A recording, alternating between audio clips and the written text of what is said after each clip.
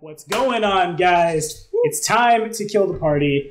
In this TPK will be intentional, but well, you guys might survive it. I don't know. I have faith. But anyway, this is the Heroes of Undarin Part 5. This many. We're over halfway done. Finally, way behind schedule, because the schedule for this playtest has been real fast for Doomsday Dawn. And as always, Dan and Ebony and Robin and Eric, who's not with us, and our very newest patron, Ellie. Thank you guys so much for making this happen. You guys are the best. Also, hi, Chewy. You're here. And it feels like all my games, there's always one person who's not a patron. And it's just, hey, you're that way. Hi, Chewy. Now I'm looking at you in Doomsday Dawn. You're in OBS. Okay, so we're a little behind. There's been several magic items have been passed out because that's how this one works. I'm just going to dive straight into this one, and it's okay if I land on my forehead and die because that's what's happening here. So you guys know, at the very tail end of Mirrored Moon, which you guys beat by that much, but did beat and got the A+ ending by Go Fast. So nothing's going on that's super against you guys. There's no carrying forward of bad to more bad.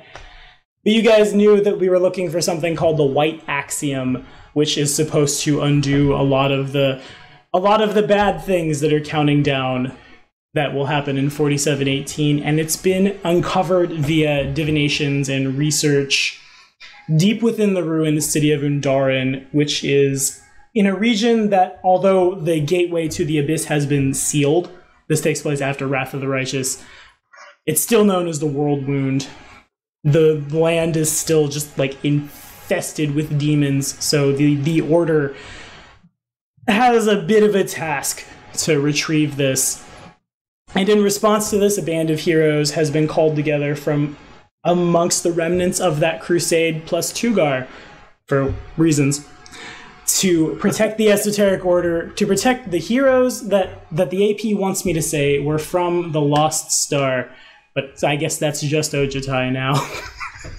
Literally just our monk, because everyone else died horribly. Oh! You guys, basically the story here is you are holding the line for as long as the Order needs, because without you guys and your sacrifice, there's literally no chance of this. You guys, well, actually, there's some sweet flavor text. This week could not be worse. And now I've ruined it. The journey through the deadly wastelands of the World Wound has stretched on for 5 days now, escorting a group of heroes of the Esoteric Order of the Palatine Eye to the demon-infested town of Undarin. The Watch Commander said that this mission was of the utmost importance, but when talking to the heroes, it seems they are intent upon recovering some ancient writings called the White Axiom. Archaeology seems hardly worth risking our lives over, no matter how rare the prize, but those were the orders, and members of the Crusade are known for their bravery and honor. So remember that when you're role-playing, kids. Although these lands are not nearly as dangerous as they once were, now that the World Wound is closed, there are still roaming bands of demons, savage barbarians, and supernaturally diseased wildlife to contend with. The going has been terribly slow, and upon arriving at the destination, it has become clear that the ruins are far more deadly than the corrupted countryside. Demons lurk in the shadows, the dead stir from their endless slumber, and blasphemous chanting can be heard down every alley, calling upon the foul powers that brought devastation to this land. The temple to Desna was not hard to find, located above a narrow valley on the city's outskirts. Upon arriving, the Esoteric Order heroes immediately descended into the catacombs to confirm that the writings they sought were here. Fortunately, they were right. The ancient texts were down below. Unfortunately, they can't be moved, as the letters are carved into the walls of a long-forgotten cavern below the ruined church. It will take time for the heroes to learn what they can from the writings, and interacting with the powerful arcane formulas will undoubtedly attract the locals.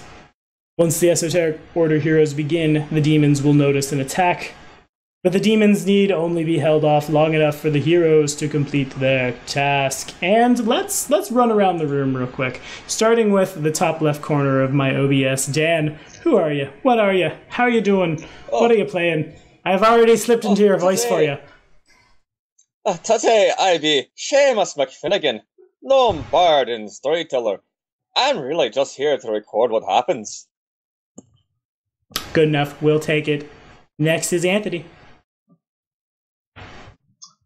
I am Tartuk, the mighty goblin wizard that actually is here because he was a criminal and was sent here to, because that's what they did. He's one of them low Templars. Yeah. And, he's been doing his job, keeping people alive, but it doesn't seem like it's been a long, hard road. So he is ready to finish this. And you guys also feel that in Tartuk's presence, all of your spells are cast at 2 levels lower than they actually should be. Wait, what? Because that's what Goblin Electromancer did, right? It's been a while since my Ravnica days, but I recognize the art. Yep. Instants and sorceries cost 2 less to cast. Only one. We got a bard and a druid. Half of us are casters. Anyway, Ellie, what you got? Who are you? What are you? How are you?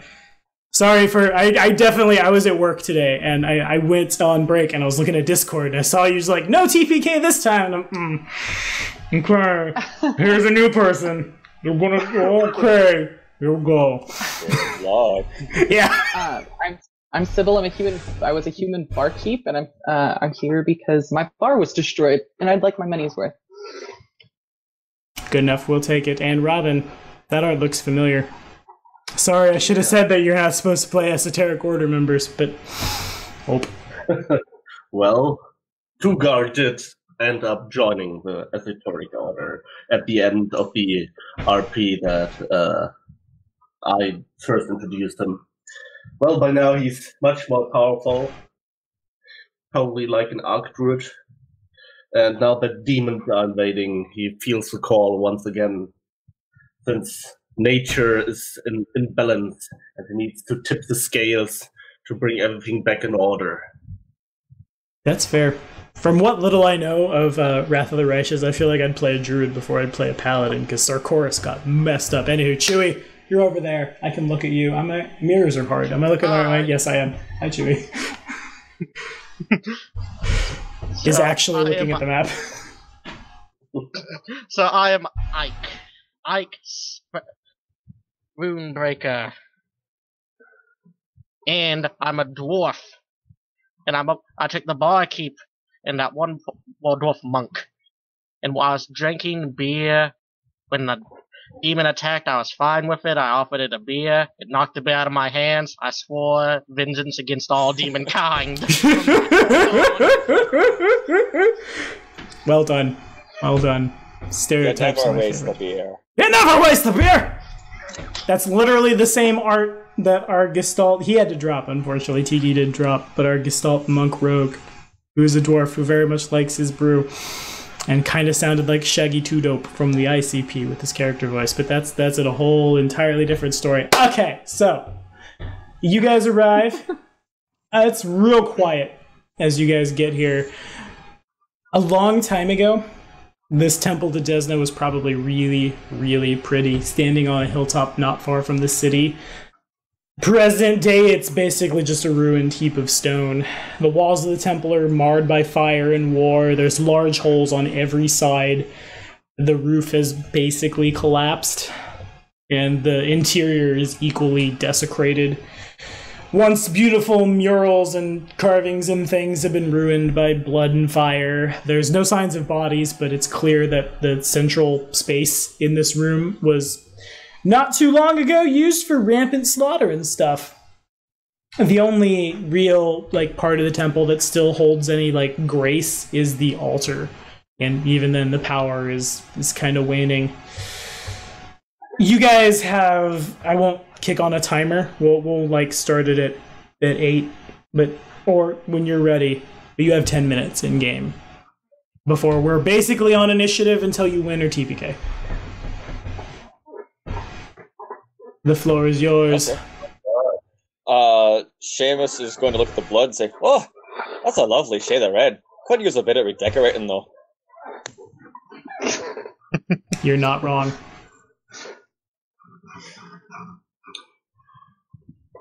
All right. Well, you'll have to. I guess roll perception. I just want to start looking for stuff. Okay, sure. A ball would look real good right there. There's a point in the corner. Alright, so Seamus's perception is a 34. Solid. Alright, I will. What do you see where you are? Those tokens should be very movable. Also, okay, you guys are standing pretty close to that altar. Also, the stairs that you guys are organized in front of, that's the don't let the demons get past that, is the idea. What's the map name we need to open? Map is called Temple Grounds. Yes, playtest map 3, Temple Grounds, 75 PX. So the altar, I see it. It's open. like I said, the altar it's basically the only anything here that maintains any like sacred anything. Good. You can everywhere. you can kind of see like it's gonna hit the nail a little too hard on the head for Desna, but like almost like Fable 1-esque. There's like a little bit of light come down from the dock just on the altar, and like butterflies kind of like appear and disappear in the light. Oh, Is there a okay. ceiling? Kind of, but mostly no. Those pillars that you see on the board, those are there. Yep. I'm not sure how tall they are, but they're there. Okay.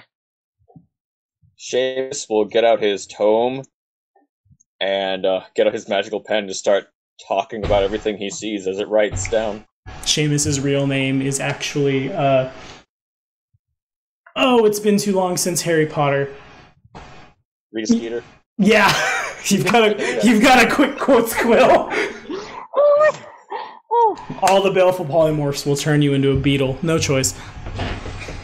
No choice. Nope. Anyway, you guys can move. You have that whole world as your oyster, that whole map all over the place. Or Okay, we can So go... where did we come from? You guys came There's a from bit of- down the road. Like, if you scroll straight down, there's that, like, graveyard. You guys came past that and then down. It sits on a hill, and behind the, like, to the straight north, there's a pretty big, like, cliff drop. Okay, I see it. Now Is you that said staircase there. going- Hence the climb Go ahead, speeds and dude. potion of fly, I guess. Is the staircase going down there in the middle? Yes, it is. Right, your token is standing on top of it. That is, the members of the Esoteric Order have gone down. Basically, every character that's been played so far here in Doomsday Dawn that isn't dead to a sea serpent. Or, yeah, no, that was the only... Or dead to vampires. Oh, Hank. But... Rest in peace. have gone down there to perform the ritual necessary to do... Tugar understands pretty well what's going on. As a ranking member of the Esoteric Order who's chosen to stand here, Tugar gets it. But everybody else is just protect them, get them home. Okay. You said that there was light coming down out of something? Like, down onto the altar. Oh, okay. I want to check out the altar. Okay. Where is the altar on? It is the blue thing. That thing up there? Yeah. I miss being able to ping. Okay, so as I want to say my Gaelic is bad, but as someone who's playing a lot of Gaelic people on Tuesday, I have no room to screw this up. As Seamus gets closer to the altar, Seamus feels calmness wash over him. And while standing within 10 feet of the altar, once per Heroes of Undaran, each one of you have to be within 10 feet of the altar, can re-roll any one d20 roll after the roll is made, but before the effects are determined. This is a reaction with the fortune trait. Wow. But you have to be within 2 squares of that. Oh, check out this altar. It feels so good. I don't know why. Also, with the ceiling was asked about, the ceiling is 50 feet high, and that's the only sentence the ceiling is 50 feet high, but you've already told me this whole place is messed up. I'm gonna say, those pillars, those pillars are all 50 feet high. The walls are basically 50 feet high. Yeah. Easy peasy. Alright, that means I do have enough space to turn into scary things, Mm-hmm. which is relevant. Because if I don't have enough space, my spell would actually fail. Ugh, That would suck. would not be good. Is there any kind of writing on the altar? Basic prayers to Desna. Blessings of travel and things of that nature. Most of it has been very, like, scarred over, as if, like, some big claw had just down onto it. Blood is all over the place, but it kind of, like... It doesn't necessarily wash off, but it doesn't look as bad as it should. You're seeing it in a very good light, as it were. Ha. Har, har, har. Gotta get the puns out of the way before we go to very serious combat. What else is around here? The whole map can be explored. Okay. Can we see any signs of like elemental damage on the ruins? Yeah, lots of fire. Or- many fire fire? damage. Mhm. Matter of fact, those pews, and pews they are basically, I don't even know why they're on here, as many fire damages have been described. They were just a burned wreck. Tugar, Ike, you both feel what Seamus described as you move closer to the altar. This will help with a hangover. And now so does I Sybil. want to check out this. That looks... looks like there's pretty colors there or something. This looks like pretty colors. Let's go look at it. I'm a gnome. That is fair.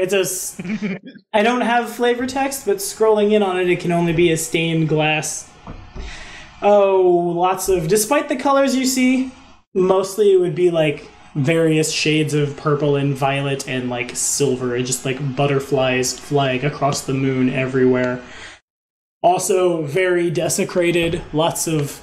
You're not sure if it's like ichor or someone's blood or someone's like intestines, and everything inside them has been sprayed out to cover this whole place, or some combination therein, but it's a lot of that. It's disgusting. This place has been very desecrated. Okay, so Seamus is going to take a handkerchief and try and wipe some of it off. Okay, you're certainly able to do so. Matter of fact, as you do so,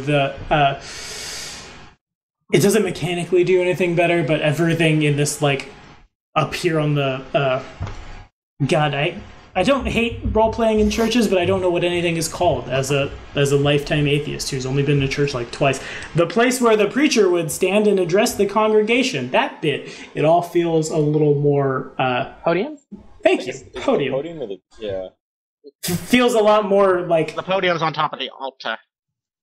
Thank you. A lot more like blessed. Everything feels a little better. It's still real bad. Like you can look out over Undarin and you can hear the sounds of people chanting in Abyssal, would have been the language to take Seamus. All these languages, can't talk to no demons. Abyssal is common language. No, good. Off on that. Well done, Chewie. Or you're not Chewie. There's only one goblin wizard, but this time it's Turtuk.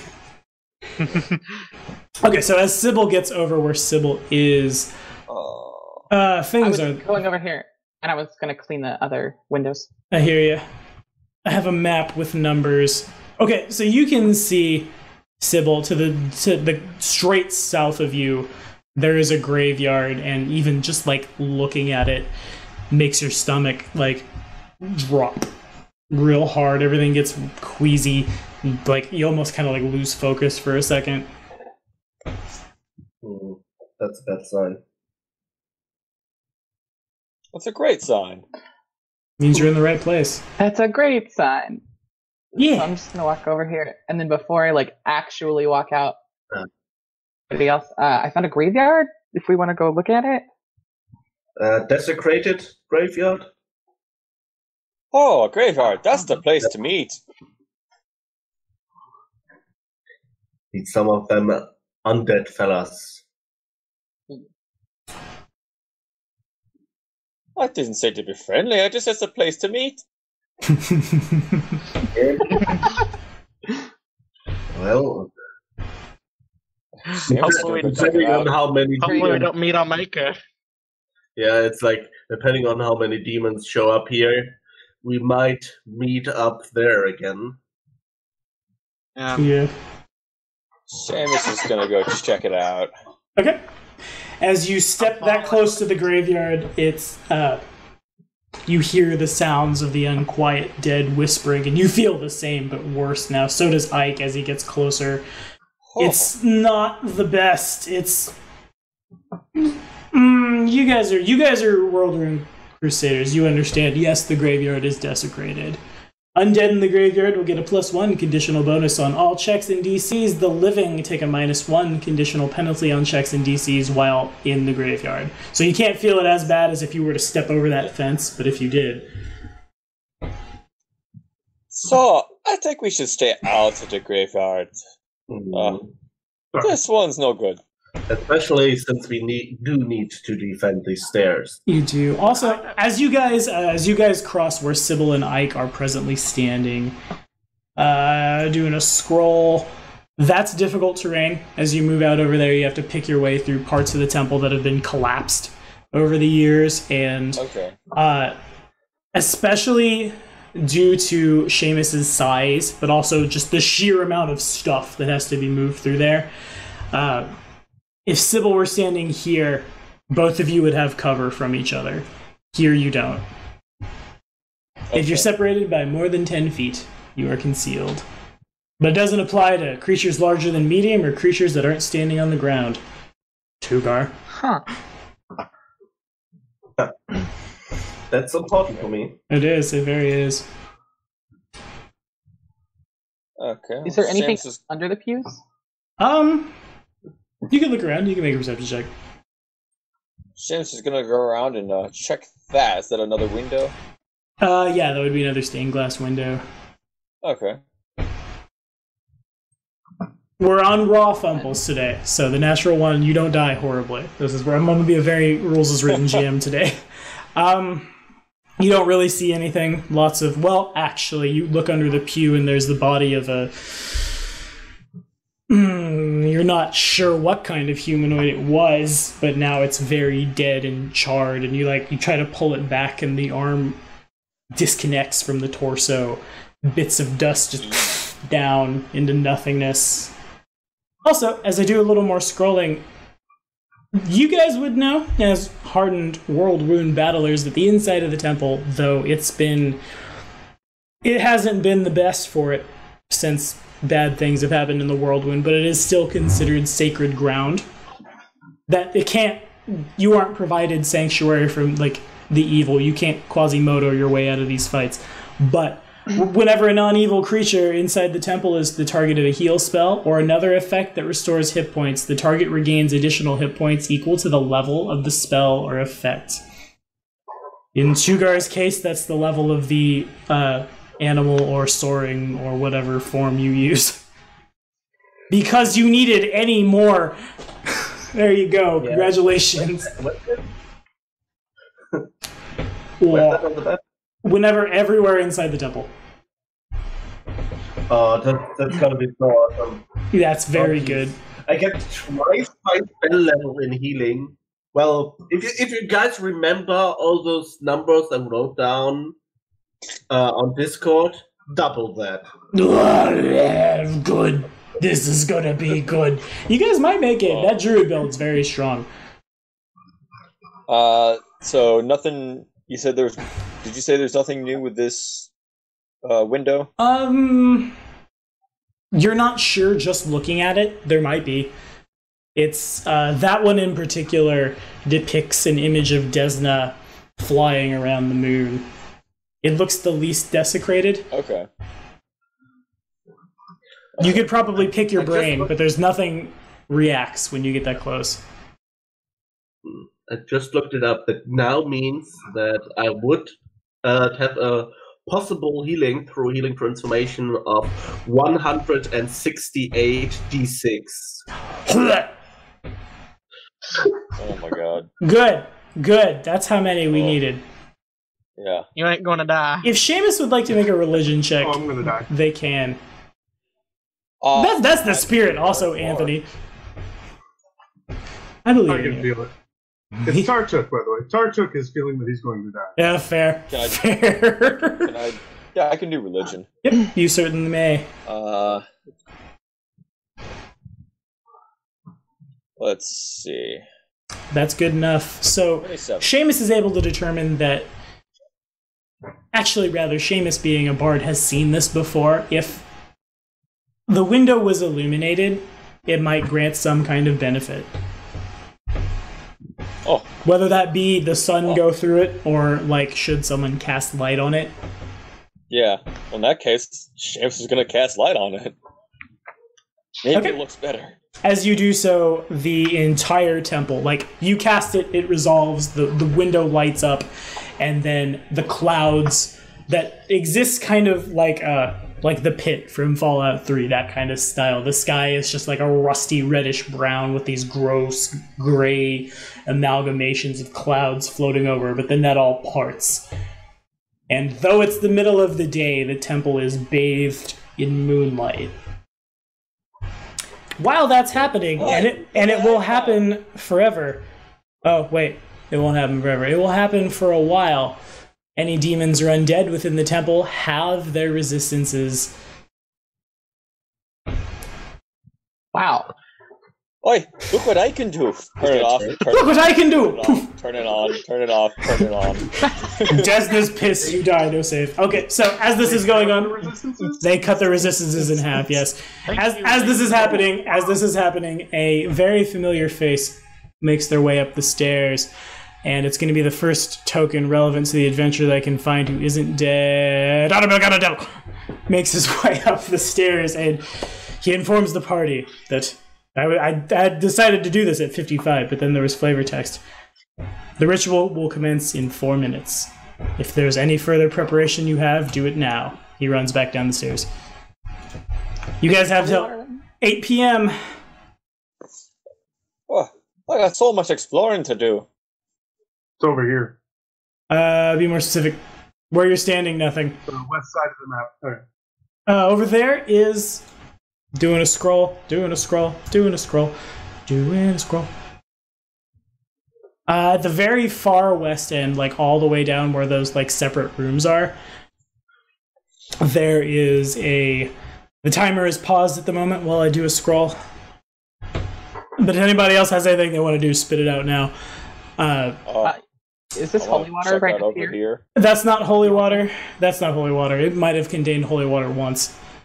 This is over here. There's a study at the far west end. It lies in ruins with not a lot of much. Should we try setting us up with like the squishy ones in the middle and the tougher ones to the sides to block out, if possible, the routes that the enemies can take? You say splitting Well, up? 'Cause that's not happening. Hey, you guys did so well in a fair at Somberfell Hall. Wander over here. I meant like in the middle part. Okay, hang on. There's things that are happening. Those used to be stables. Present day, they're filled with rotting corpses, and it's difficult terrain. Yummy. In addition, as you get a little too close, you see a mass of biting and stinging flies. You're able to back off before, but if you were to end right there, if you were to stop there, they would definitely start biting you. You think it's a good idea to not be there. Okay. Yeah. 2-minute warning, kids. Your position on the board has just become relevant. You want me to get in an actual square instead of in between Yes. two? Pick a square. Okay. I'll choose this one. A good square. Well done, In that Jimmy. case, Seamus is I'm on gonna go into Run stealth back. then. Okay. Do not like those flies.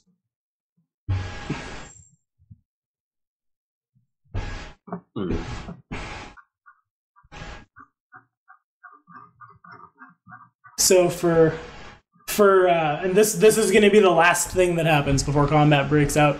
For Tartuk to go into stealth, we will need somewhere for Tartuk to hide, and then a stealth check. Fortunately, as a goblin, there's probably... Is not an alcove right here? I see One your... of these little U's. You could. I see your token is sitting on the board and not moving, though. Oh, I put myself in this little alcove right here. Ah, weird. It's so weird that you're not moving. Everybody else can move, but I'm moving. I'm literally on my screen and moving weird. multiple times now. You might not. Up and down. Try to roll dice. Throw a d20 at the board. See what happens.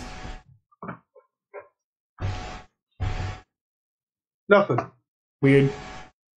You might try to relog. I'll make the stealth check real quick. What's your mod? I was just about to check that. As I have the very sneaky trait or whatever for a Very sneaky. goblin. So without any other boasts that I know of, it's a plus 17. Plus 17. Yeah. Okay, so that's a 26, and you could hide under one of the pews, or you could hide in like one of these alcoves here. I was gonna hide in an alcove. Okay, you mean, when you say alcoves, you mean like behind the stairs, near that window? That's exactly where I was, where you put me on the map. That's exactly where I put my token. So that's good. why I'm confused as to why Well it's not done. working. Well done. Great minds think alike. I would just try to relog. Your connection's probably just pooping. Anyway, it is 8 p.m., so everybody, good luck, have fun. I am trying to kill you. The initiative that's about to be rolled is going to be the one we keep until we're done with it. Nope. No Tugar, you're there. No one moves. This is happening right now. Well, doesn't matter. So, you guys hear a hum begin to emanate from below the temple. As if, like, the very earth below you were vibrating, which clearly signifies to everyone that the ritual has kicked off. You guys can see from out the windows to the town below, dark forms begin to flit from shadow to shadow, and it's very obvious. You guys aren't the only ones who have noticed. As soon as that happens, basically, not 1, not 2, not 3, not 4, but 5 Kalavakai, slaver demons, dimension door into the temple. They're not that size category. I wanted to put the tokens on the board, but I didn't, so I'm gonna make them do a zoom. All of them kind of like hiss snarl in unison, and as they hit the waning holy power of Desna, there's gonna be so much bestiary jumping. Well, basically everything's a demon, so it's all like in the same spot. So that's good. I'm glad that happened.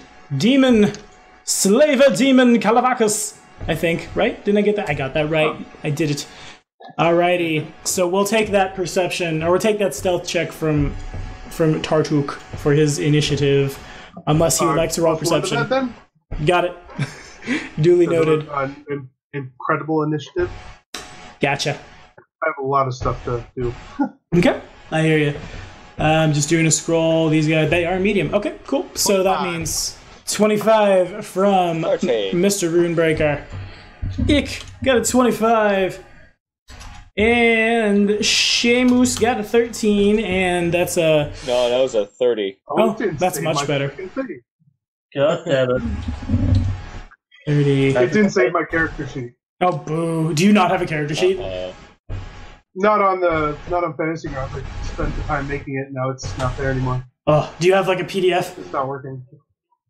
Oh yeah, I have it written down on my. Okay, cool. It's not working for me. Crisis Fantasy averted. Grounds is just not working for me. I'm gonna have to reset my whole system. I think. Okay, gotcha. We got time. I'm taking initiative. What does Sybil add to that 9, if anything? 17. 17. A total of 17? No, adding 17, so it's going to be 26. Okay, gotcha. Tartuk has a 27. Sybil has a 26. When you have the biggest initiative bonus, but you roll terrible. Feels bad. Feels bad. Okay. I'm gonna make 5 d20s hit the board. 2, 3, 4, 5. Oh. The fumble doesn't matter. You can't fumble initiative. So, I know, I'm sorry. Normally it would be bad, but we're playing rules as written. Okay. Must do this. This is going to be a thing to run, let me tell you. So many fights. So many fighting. They add that number, and I'm not happy that we have connection problems, but it's of all the times they have it, this is probably the best. What did Tugar get? Tugar is a 23. Yeah. And then, so yeah, that number, a okie dokie. I should have rolled these guys' initiative prior. I'm the worst GM ever. No, I'm not. I'm actually pretty good at this. Not to toot my own horn. Okay. Is Anthony ready? He just joined. Just in the nick of time. I do have all the initiatives figured out. Do I still have him on? I do. He's in the call, but I can't hear him if he's talking. I haven't said a single word yet. Oh, good. Oh. Alright. Can I get a test D20? Yeah, you're gonna have to roll for me. It's not working. Blah, fair enough. I usually roll for someone at some point anyway. Okay, down to business. Seamus is first. Okay. Oh, those don't look friendly. Yep. Is there something Seamus can climb up to, like a second story or a balcony or something? There's the pillar you're standing right next to. Okay. It'll go about 50 feet in the air and then terminate where once there was a second floor. Now there's just sadness. No, Okay. there's only sadness. Are there any holes in the ceiling or anything? The ceiling is mostly destroyed. You could probably get on top of that pillar. Okay. The bright side of the pillar being dead. Okay. Let me, before a movement I'll have happens. him step. Okay. Any attacks of opportunity. Okay. Gonna spend an activation. Spend a point to activate the spiders. Is it the slippers of spider climbing? Okay. And then climb up that 20 feet. You begin to make your way. You step back, and the demon closest to you, it turns and snarls, but you're able to, like, as it mechanically doesn't swing, but tries to lunge at you, you're able to kind of, like, backflip and place back, and then say the magic words, and up you go, the pen following you in a floating book, just scribbling frantically. His magical words are, nope, nope, nope. Nope, nope, nope, nope, nope, nope, nope, nope. All right, Tartuk, can you see the board? Yes. Yeah. Okay, that's all we need. Okay, what you got? Oh, great. I think I'm going to fireball. That seems wise. But I'm trying to figure out how I want to do this. Freaking, there's so much stuff. I should be able to hit. Let's see, if I put it there, I should be able to hit.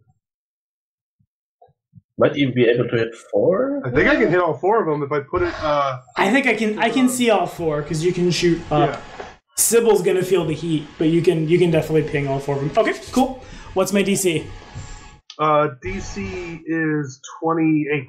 20, nice. Okay, so I am expert. You are expert. Whoever's chair is squeaking, if you could sit your butt in the seat, that would be great. The first one has a 23 and fails. I forget how to make that reroll happen. I know there's a way. I think I just click on it. Go and do that again. Whatever, it adds 13. Next one has a 21 and fails. That's a 28 on the nose, and so it just barely passes, and we'll take half. That one has a 15. Fumbles. Fumble City.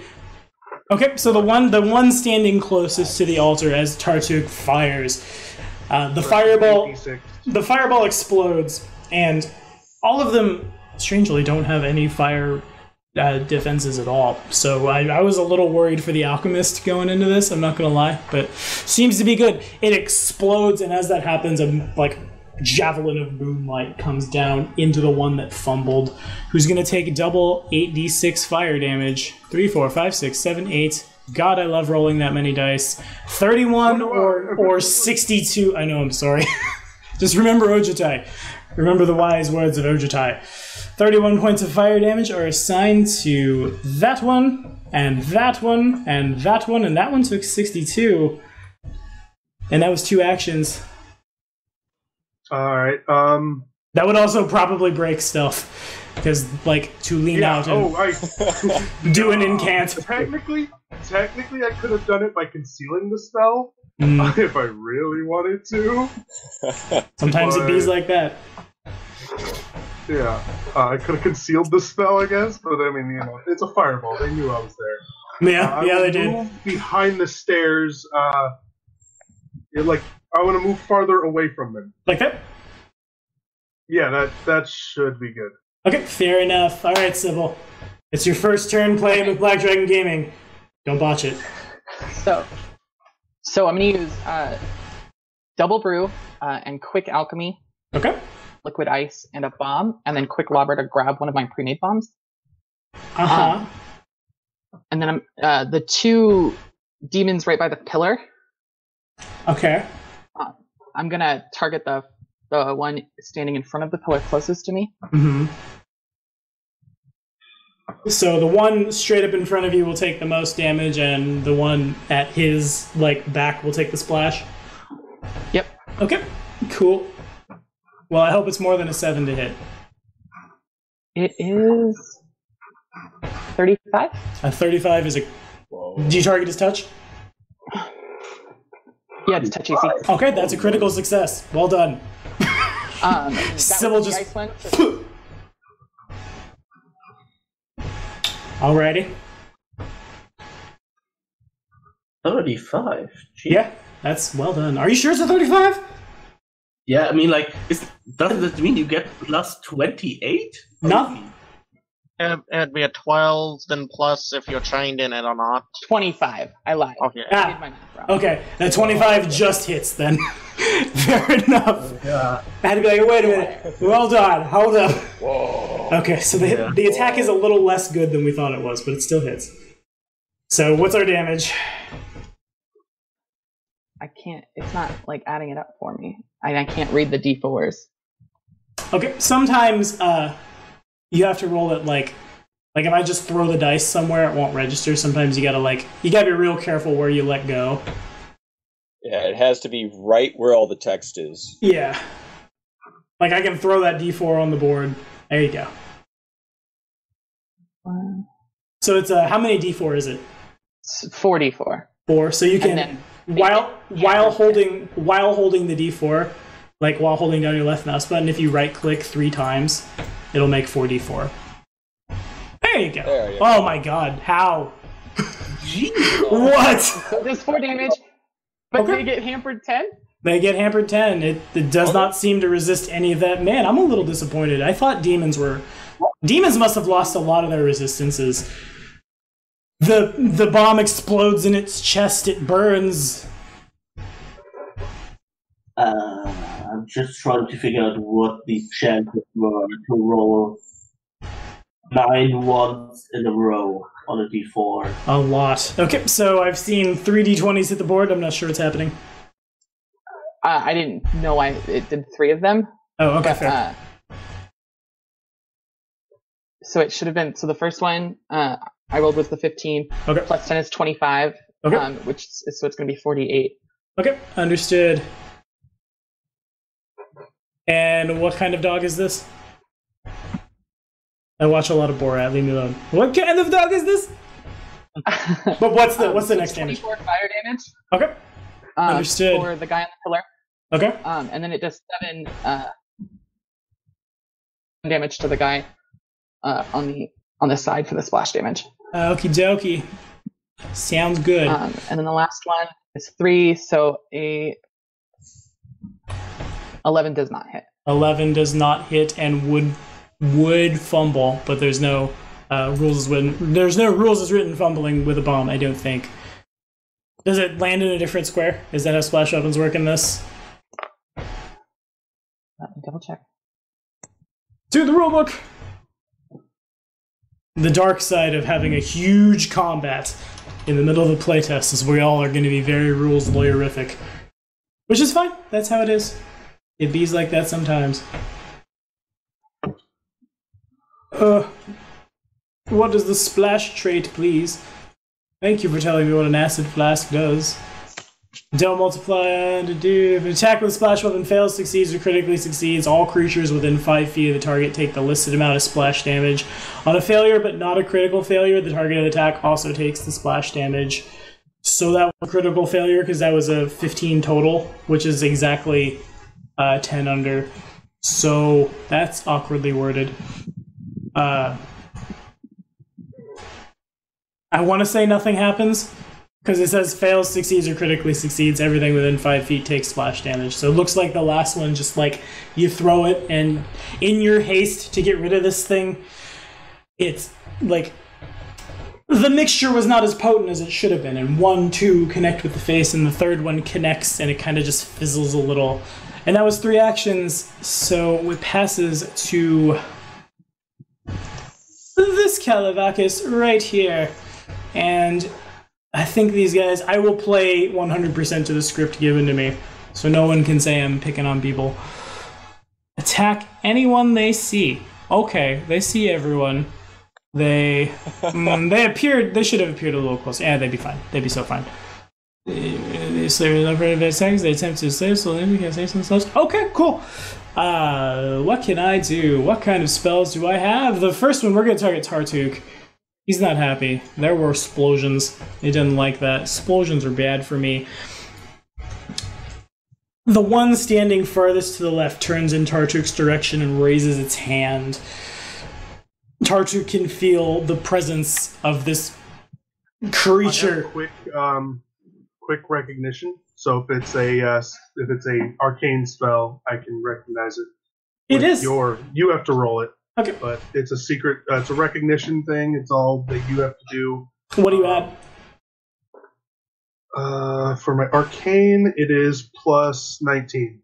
Okay, fair enough. It is actively trying to enslave your soul, and you need to make a will save. And there it goes. What do you add? Plus 14. Plus 14, so that's a 30, which passes but does not critically succeed. Doing a read. Does anything happen on a pass? You're bolstered against it. You're able to, you feel it reach into you, and you start doing the advanced trigonometry meme, and you realize what that is. There's a bit of an arcane poof in front of you as the creature is rebuffed. It is going to... I have a lot of spells I can cast, but I don't know how... Man, this combat's gonna take so long. I so apologize to everyone. This should not be done in a playtest, though it will be fun. I should have read these guys a little better than I did. Spells aren't as good as they used to be, but it is going to cast haste, which is not anywhere near as good as it used to be. So that's good for you guys. It takes 2 actions, it targets itself, and it lasts for a while. Okay, that is all it does. It has used 3 actions. Ike. Hi. What you got? Okay. See the one at where the rug breaks? Uh-huh. I want to attack I want to move and attack that one. Okay. You do a stride. Remember, your stances will take an action to enter. Oh yeah. That's 1. But only once. Once Yeah. you have entered them, you're fine. Yeah, we're going to be in Activate. initiative forever. Activate wolf stance. Your foot comes out and you slide, and there's a as you lean back. I watched Dragon Ball. That anime is dirty. When you go back to that in 2018 and try to watch that 90s anime, not good. How did this get popular? Anyway, I'm attacking with the wolf jaw attack. Wolf Fang Fist. Wait, you're a dwarf. Wolf Fang Fist. That misses. Oh. And that means I have a reaction. Oh, I do. I will use my horn snare reaction. You've missed me with a melee weapon strike. Never mind, I can't. What happens if I try to disarm you? I guess nothing? Never mind, I don't have a reaction. Would he be literally disarmed? Just lops off your arm. Nah, that's mean. I won't do that. Next up is... If that's all from Shuey, it's the Calavacus that got exploded. Same story. These guys all have basically the same turn 1. This time I will target Sybil. If Sybil can make a will save, The Calavacus raises its hand and incants, and you feel like bodily this pulling. I assume you had more than enough. Yeah, you're a level 12 character. There's no trained, she at least has 12. No critical success on this. No, but you are also able to shake it off. Shake it off, and then it casts haste on itself. Good, well done. All right, Sugar, welcome back. You're up. Right. Well, I'll probably try. Who should I stop? Probably the two who are right next to each other, like entangle them in melee. Man, I can't disarm anybody in this party. I guess I could go knock somebody's short bow out of their hand, but... Okay, so moving in a straight line like that, well, things will happen. Okay. You're moving through someone's square to move in that line. Yeah. Can you move it in like 5-foot increments so we can see where you land? I know that's how Fantasy Grounds moves. You can definitely get there, but like the reactions. One. They are actually fighters. Two. No, but higher level, it looks like higher level creatures have an AOS. That's his. There's a Calavacus in that square. Moving through it will not make it happy without an acrobatics check. Well, I'm pretty good at acrobatics. Okay, I mean that's one action if you want to try to flip through his square. Yeah, true. Yeah, it's kind of sucks having to roll in acrobatics. But I can just. Oh, hey, you can't do that. No cheating. There we go. You push them out of your way. It provokes an attack of opportunity from the Calavacus. If Tommy doesn't look, you can move the enemies away from you. I'm watching now. Also, I got a 35 to hit Tugar. Oh, that actually does it. Alrighty. Oh. Do I have a crit? No. Okie dokie. 5 over. Okay, fine. +7. 27 piercing damage. As you make your way past this thing, it lunges forward and its crown of horns gores into your side. Alright. Well, I have an ability that lets me get an additional attack. No, I don't. You got it. I wish. Well, now I actually need to be careful because if I move again, I think I will take another one. Oh well. Okay. You move within 5 feet. Yep. You've got 2 actions left. Well, probably not a bad idea to transform. Okay. Let's see. I think I will do insect form in that case. Alrighty. You cast insect form. That is a spell. It does not have the concentration. It takes 2 actions. I assume we're heightening it all the way up to as big as you can possibly be. No. Just level 3-1. Okay, so just a medium. Yeah. I'm pretty much using all my transformation spells also as healing spells, so fair. Not using the big ones right from the get-go. Makes sense. Alright, what do you turn into? I think Spider's probably fun again. It was a good one before, it's a good one now. Yeah, let's see. I don't see that, like... Oh, maybe the Scorpion could be better. Yeah, I think the Scorpion is better in this case. Deal. Do I happen to have a Scorpion token? Right. I do not. Sorry about it. Everyone pretend he's a Scorpion, and then it goes to the Calavacus that got slapped around a bunch. Also, I heal for 66. Nice. That you do. Yeah, you transformed. That's so good. That's unfair how good that is. And there you go. Almost all the damage is back. That's so gross. As Jugar, the chitin grows over the wound from the gore, and like it ceases to be there as he turns into a desert scorpion. not unlike the scorpion he tamed so long ago in Pale Mountain Shadow. Also, I lied. It's the one that's in front of Ike, whose turn it is now. I want to cast, but there's somebody in my face. I think I just have to do a bunch of punching.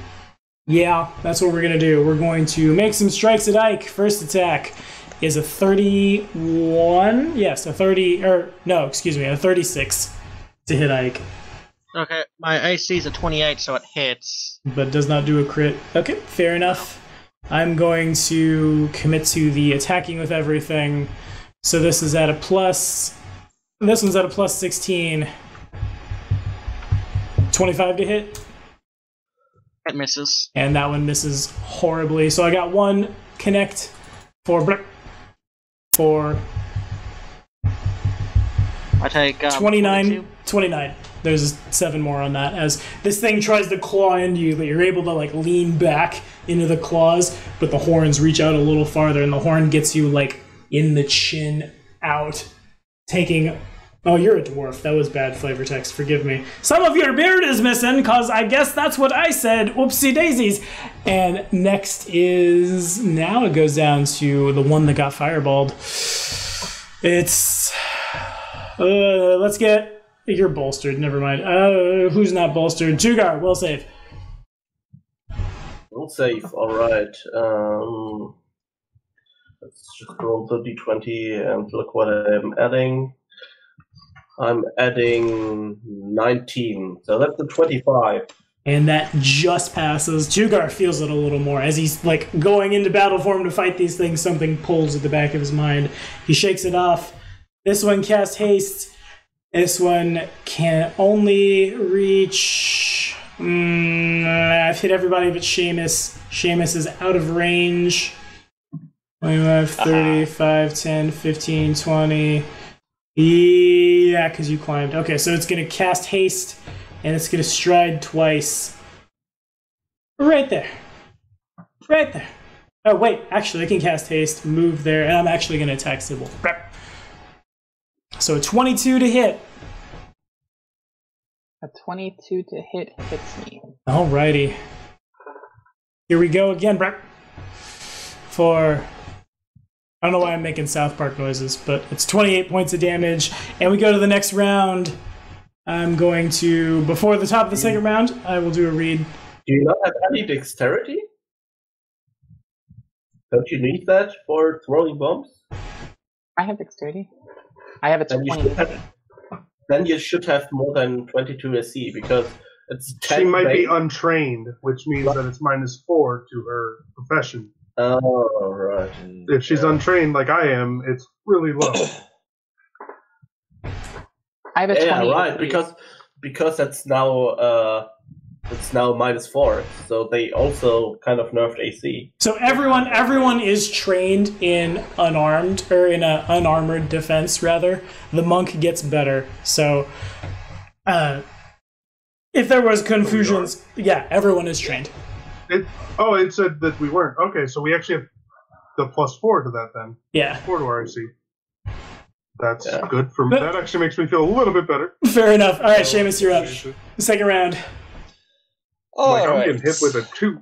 But is she getting hit in that case? That's fair. Is she?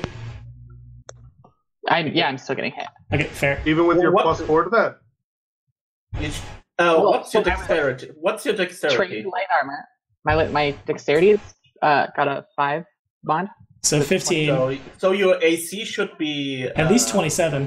27. Yeah, and then plus the item that you just got. It should be Which was braces. +3. Yeah.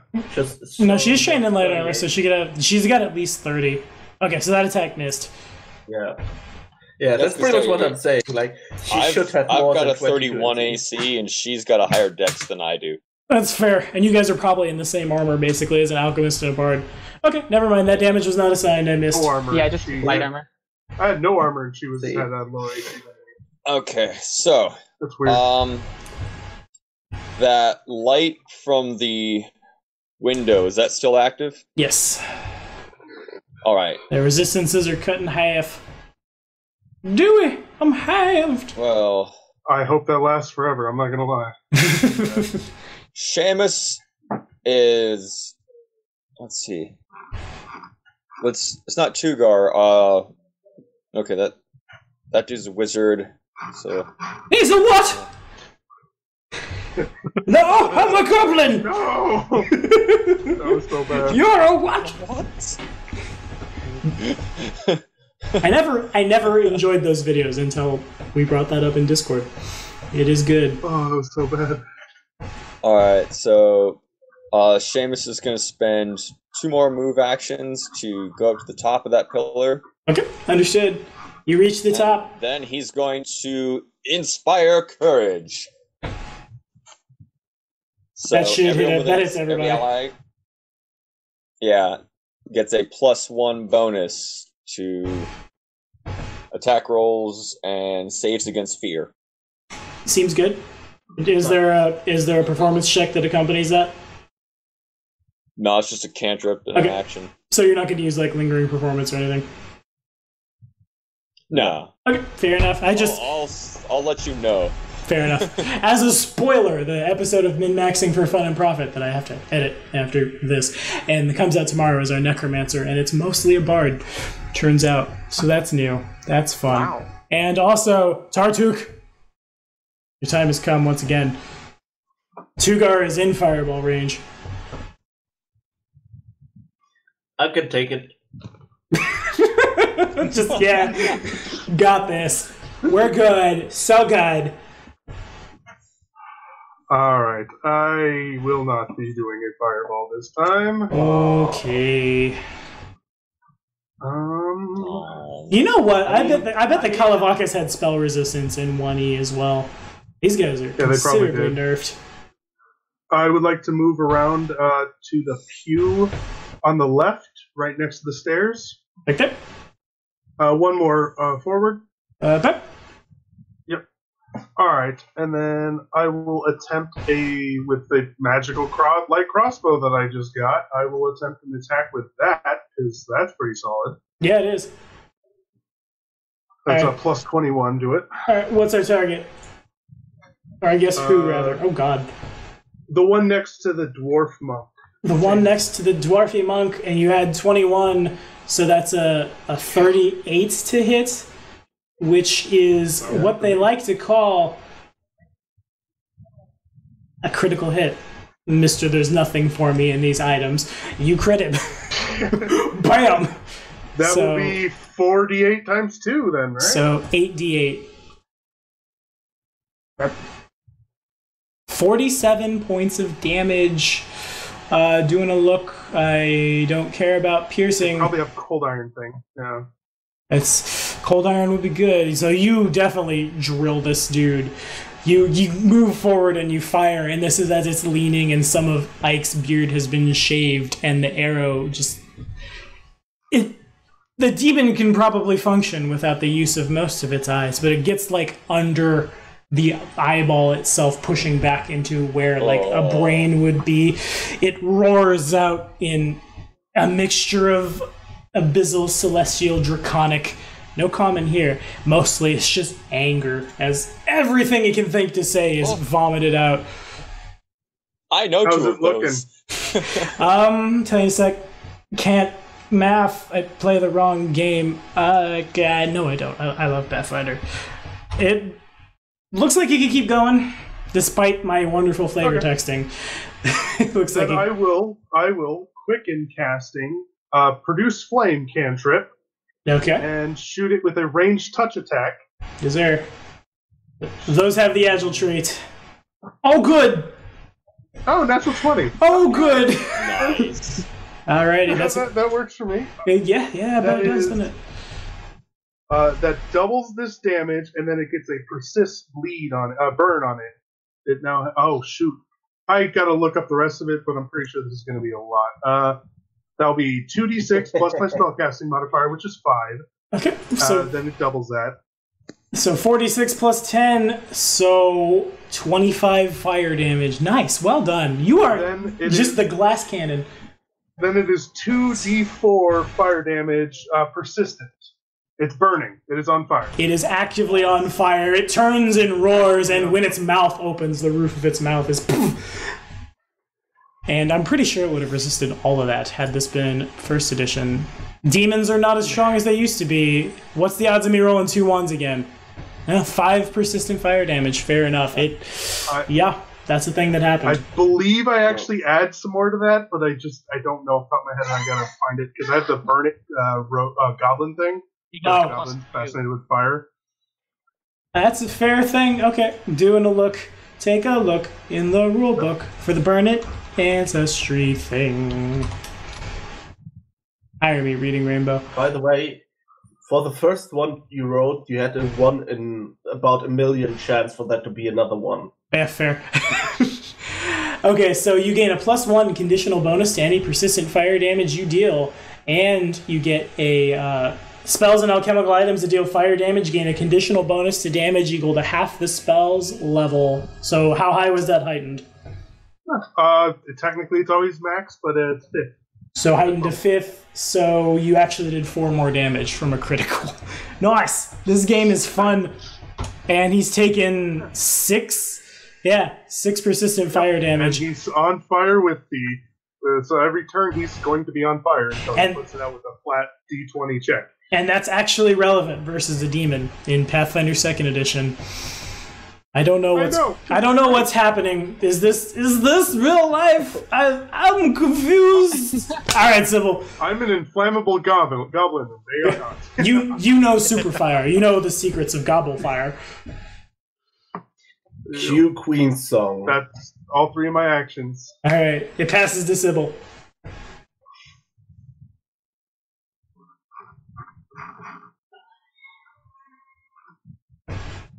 Oh, Sybil. Oh, sorry, my Google Hangouts cuts in and out sometimes. So I'm gonna. Yeah, it's a 2 sometimes. That is the best of us. Connection problems are the name of the game. 5, right there. Okay. Yeah, provokes a reaction. It probably will. 1, 2, 3, 4. Okay, you can move without hitting the second. You want to move there? Okie dokie. It provokes a reaction. 27 misses you. So as you go to back away from the Kelevakis in front of you, it leans, but you're able to dodge around the pew in such a way that it misses. And if you go there, it provokes a reaction from the other one as well. Never mind. Well, she can probably move without getting in range, right? Yeah. Okay, fair enough. Never mind, he didn't use his reaction. You used 1 action, you moved to the stairs. Then this what? Guy right here takes 4 persistent fire damage from my bomb last round. Yep, that he does. And then I'm gonna use my other 2 actions to spend 2 more infused reagents. And actually, I'm not gonna spend the reagents. I'm gonna use my pre-made bombs and throw 2 more fire bombs at them. Duly noted. All right, make it happen.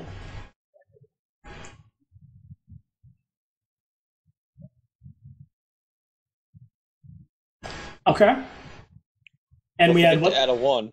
Don't 16. Don't forget to add your 1. Thanks, 17 Tally. plus 18. That one is 35.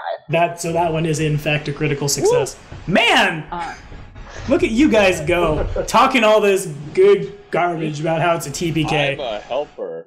You are. You're that literally because of the power. The power of Seamus compels you. So, you said it was going to get harder as we go. It is supposed to. 39 fire damage. Okay. This is the first encounter. It better. I mean, these guys are supposed to be the easy ones, right? Yeah, this is the easy one. So what happens is Sybil throws the bomb, and the bomb almost collides with this dude just full in the face, but Seamus is able to quickly, I hope, mage hands on the spell list, otherwise this flavor fails hard. Seamus just, hold hard! No, it doesn't. It doesn't what? You don't have mage hand? He doesn't have mage. Nope. Go away. You don't belong here. Go back to Florida. Some kind of magic Desna Bard power happens, and the bomb just in his dome. Not doing well. And then the other one. The main thing is 7. Bard. You can play your instrument from far away. Oh no, he just talks. Does it? 18 misses. Okay. Is there splash damage from the bomb? Yes, 7. Okay, I understood. 7 points of splash damage happens. And that was 3 actions. I think it passes to the Kalavakis in front of Chugar, who is... So if I have an extra action to strike, it still ticks down the multiple attack penalty. Yes, it does. Yep. Okay, so I'm going to step here. Chugar's flat-footed. And I think I'm just going to strike 3 times. First with my horns. So it misses. Nothing bad happens. Nothing bad happens. Rules is written. I'm sorry. Please still be my friends. To the bestiary. And I'm going to do a clause. So this one is at plus 15. 24 over Chugar's flat-footed. Actually, it's a 25. Excuse me. Where am I? Let's say.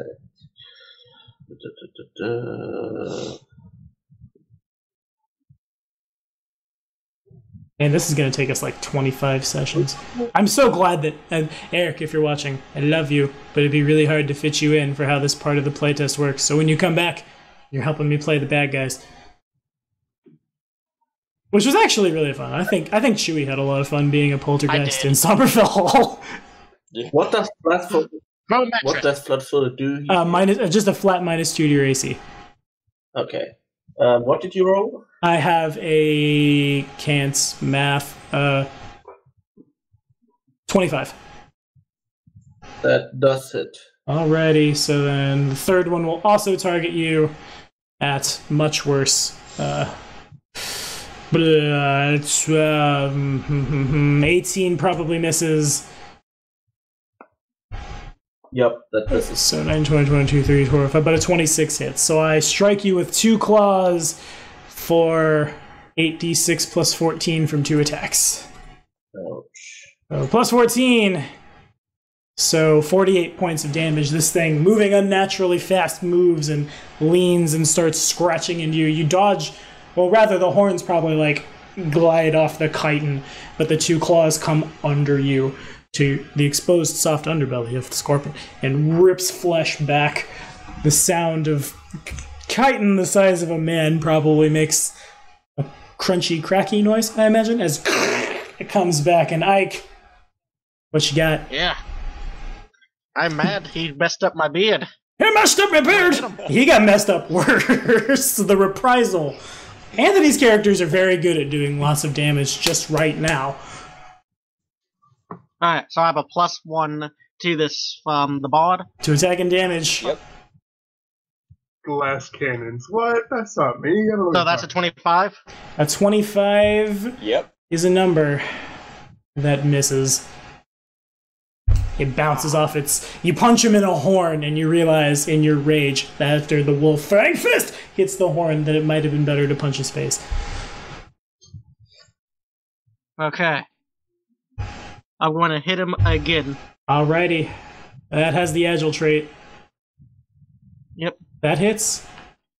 Just barely. Oh, wait, his face! And then the second strike comes around into his jaw. It's warm to the touch as you almost hit the fire. Make sure I did the math right. The ambulance and mighty fist amp up my dice by 3 or 2? By 3. A +3 weapon adds +3 dice. Okay, let me add in an extra 2 then to this. Okay. Real fast. 8 and another D. Okay. Rolling. Oh, Plus chewy. 1 from the... So grand total. There should be one more D8. No, Inspire Courage doesn't do damage. It's just the hit. Fair. Okay. Okay. So there should be... Oh yeah, there should be 1 more D8. Yep. You're right, it adds 3. I was saying it gives you a total of 3. So add an extra 4. Understood. You punch him. He's mad. You got 1 more action. Okay, and I got 1 more action. So I risk it, Well, there's no fumbles anymore. Yeah. True. So yeah, I'm gonna risk it. And I can't really disarm you. My other reaction when you miss against me is kind of bad. It's kind of bad against this whole party. That misses but doesn't fumble. You punch twice. We punch 3 times, and one of them connects. The other 2 miss pretty wild. And now it passes. Flurry of blows? I do have flurry of blows, but I didn't use it. I forgot to use it on that. I was just punching. I forgot you had it too. Always use it on your first one. Yeah. Okay. Says the guy who's I'll been do playing that. powerful monks for a while. Alrighty, how much persistent fire damage has the alchemist assigned? Because it's that one's 4. turn. 4. And I have no means of healing myself, and that should have done no damage. I'm the weirdest kind of demon. Let's get mad and attack Tugar about it. First attack is a 33 over your flat-footed. Ouch, that crits. Oh, good. Second attack Really? Oh. is a can't math. That's with my claw, which is 34. agile. Oh, So- 36. It's plus 16. The last one was... Yeah, so it should be 36. 36. 34, So I've 5. crit you twice, is what I'm hearing. I can't do math. Math is hard. We're playing the wrong game. That's a 25 over your flat. And this is a can't brain 23 over your flat. Oh, it's hasted. Yeah. So I think I have 2 crits, then a 25 misses. And 2 guards flat-footed. No, the 25 also hits. Alrighty. Does what about a 22 lower than that? A 23 over your flat. 23 also hits. Oh man. Alright, we're doing good. We Wow. did it, guys. This thing tears into you. It's 2 hits. Oh, I've got my horns. My horns crit you and have deadly stuff, so that's sweet. So I get to add. Oh. Here's a d6 added on top of it because I don't want to fit that d6 in anywhere. There's 3 more damage from a deadly d6, and Changing form soon. Yeah. alrighty. So I've hit you. I think I might need to Orcish ferocity here. Okay, there's so much math is happening. We'll start with the horn. The horn critical is that many d8s. 57 damage from the gore crit. Then, Dear Lord. yeah, that's who we need now. Can't. Math. Oh, math is hard. So 8d6, 16d6 plus 32. Oh. My gosh! This is from 3 attacks. One of them's a critical. So plus 32 is... I missed Josh. He's good at math. 79 points of damage plus the other. So 79 and 57, Robin. Yep, I will Orcish ferocity to Okay. say. Duly noted. So this thing just tears into you. The horns pierce the eyes of the scorpion, and it pulls back. You come up and This was first encounter. I just noticed a big downside to transformation spells, and that is you get a DC that doesn't change when you level. oh god, oh no, that's fair. I didn't think about that. Explains the AC problem. Yeah, because the Scorpion gave me an AC of 23, and because you flat-footed me, it's 21. Oh. And that's terrible. That's I'm real good at hitting you. All right, 2 guards up. Yeah, Wow, level 12, that's not Worse hard. than my AC. At the start of 2 guards' turn, I want to make sure I understand something because I don't want to miscall it. I want to say I need to look at the spell. That doesn't help me at all. I got to go look at animal shape. Oh wait, no, I'm still looking at the druid class feats. Why are there so many prereqs that are all insects? There we go. Okay, so dismissing the spell uses the concentrate on the spell action, so it will take 1 action with the concentrate trait, which will provoke twice. Wait, you need to concentrate to dismiss a spell? Yeah, it's at the back of any of the X form. Because I made a video about this and I wanted to make sure I was right about it. It takes 1 action and you gotta concentrate on it, so it'll provoke. It's like Animorphs. Yeah, but his 2 hours are up. He's a Nothlit now. Yeah. Yeah, you get my jokes. Gotta concentrate. Picture your body. Picture your green self. And they will hit if they attack, so... And you got 1 hit point. Yeah. Man, 2 Gar. That's problem. That's the problem. Mm-hmm. So, that goblin was saying this is too easy? No, Goblin did not say that. Goblin said this is supposed to be the easy one. We're screwed. This is already, yeah. We lost our front line pretty much right away. Yeah. I have healing potions for you. Yeah. Well, you just need to pick me up in time. So what you could do is you could move, and then you can make an acrobatics check over their, I think their reflex DC, to try to not provoke, and get somewhere where you can transform. I mean, I should be able to just disengage, right? There's a.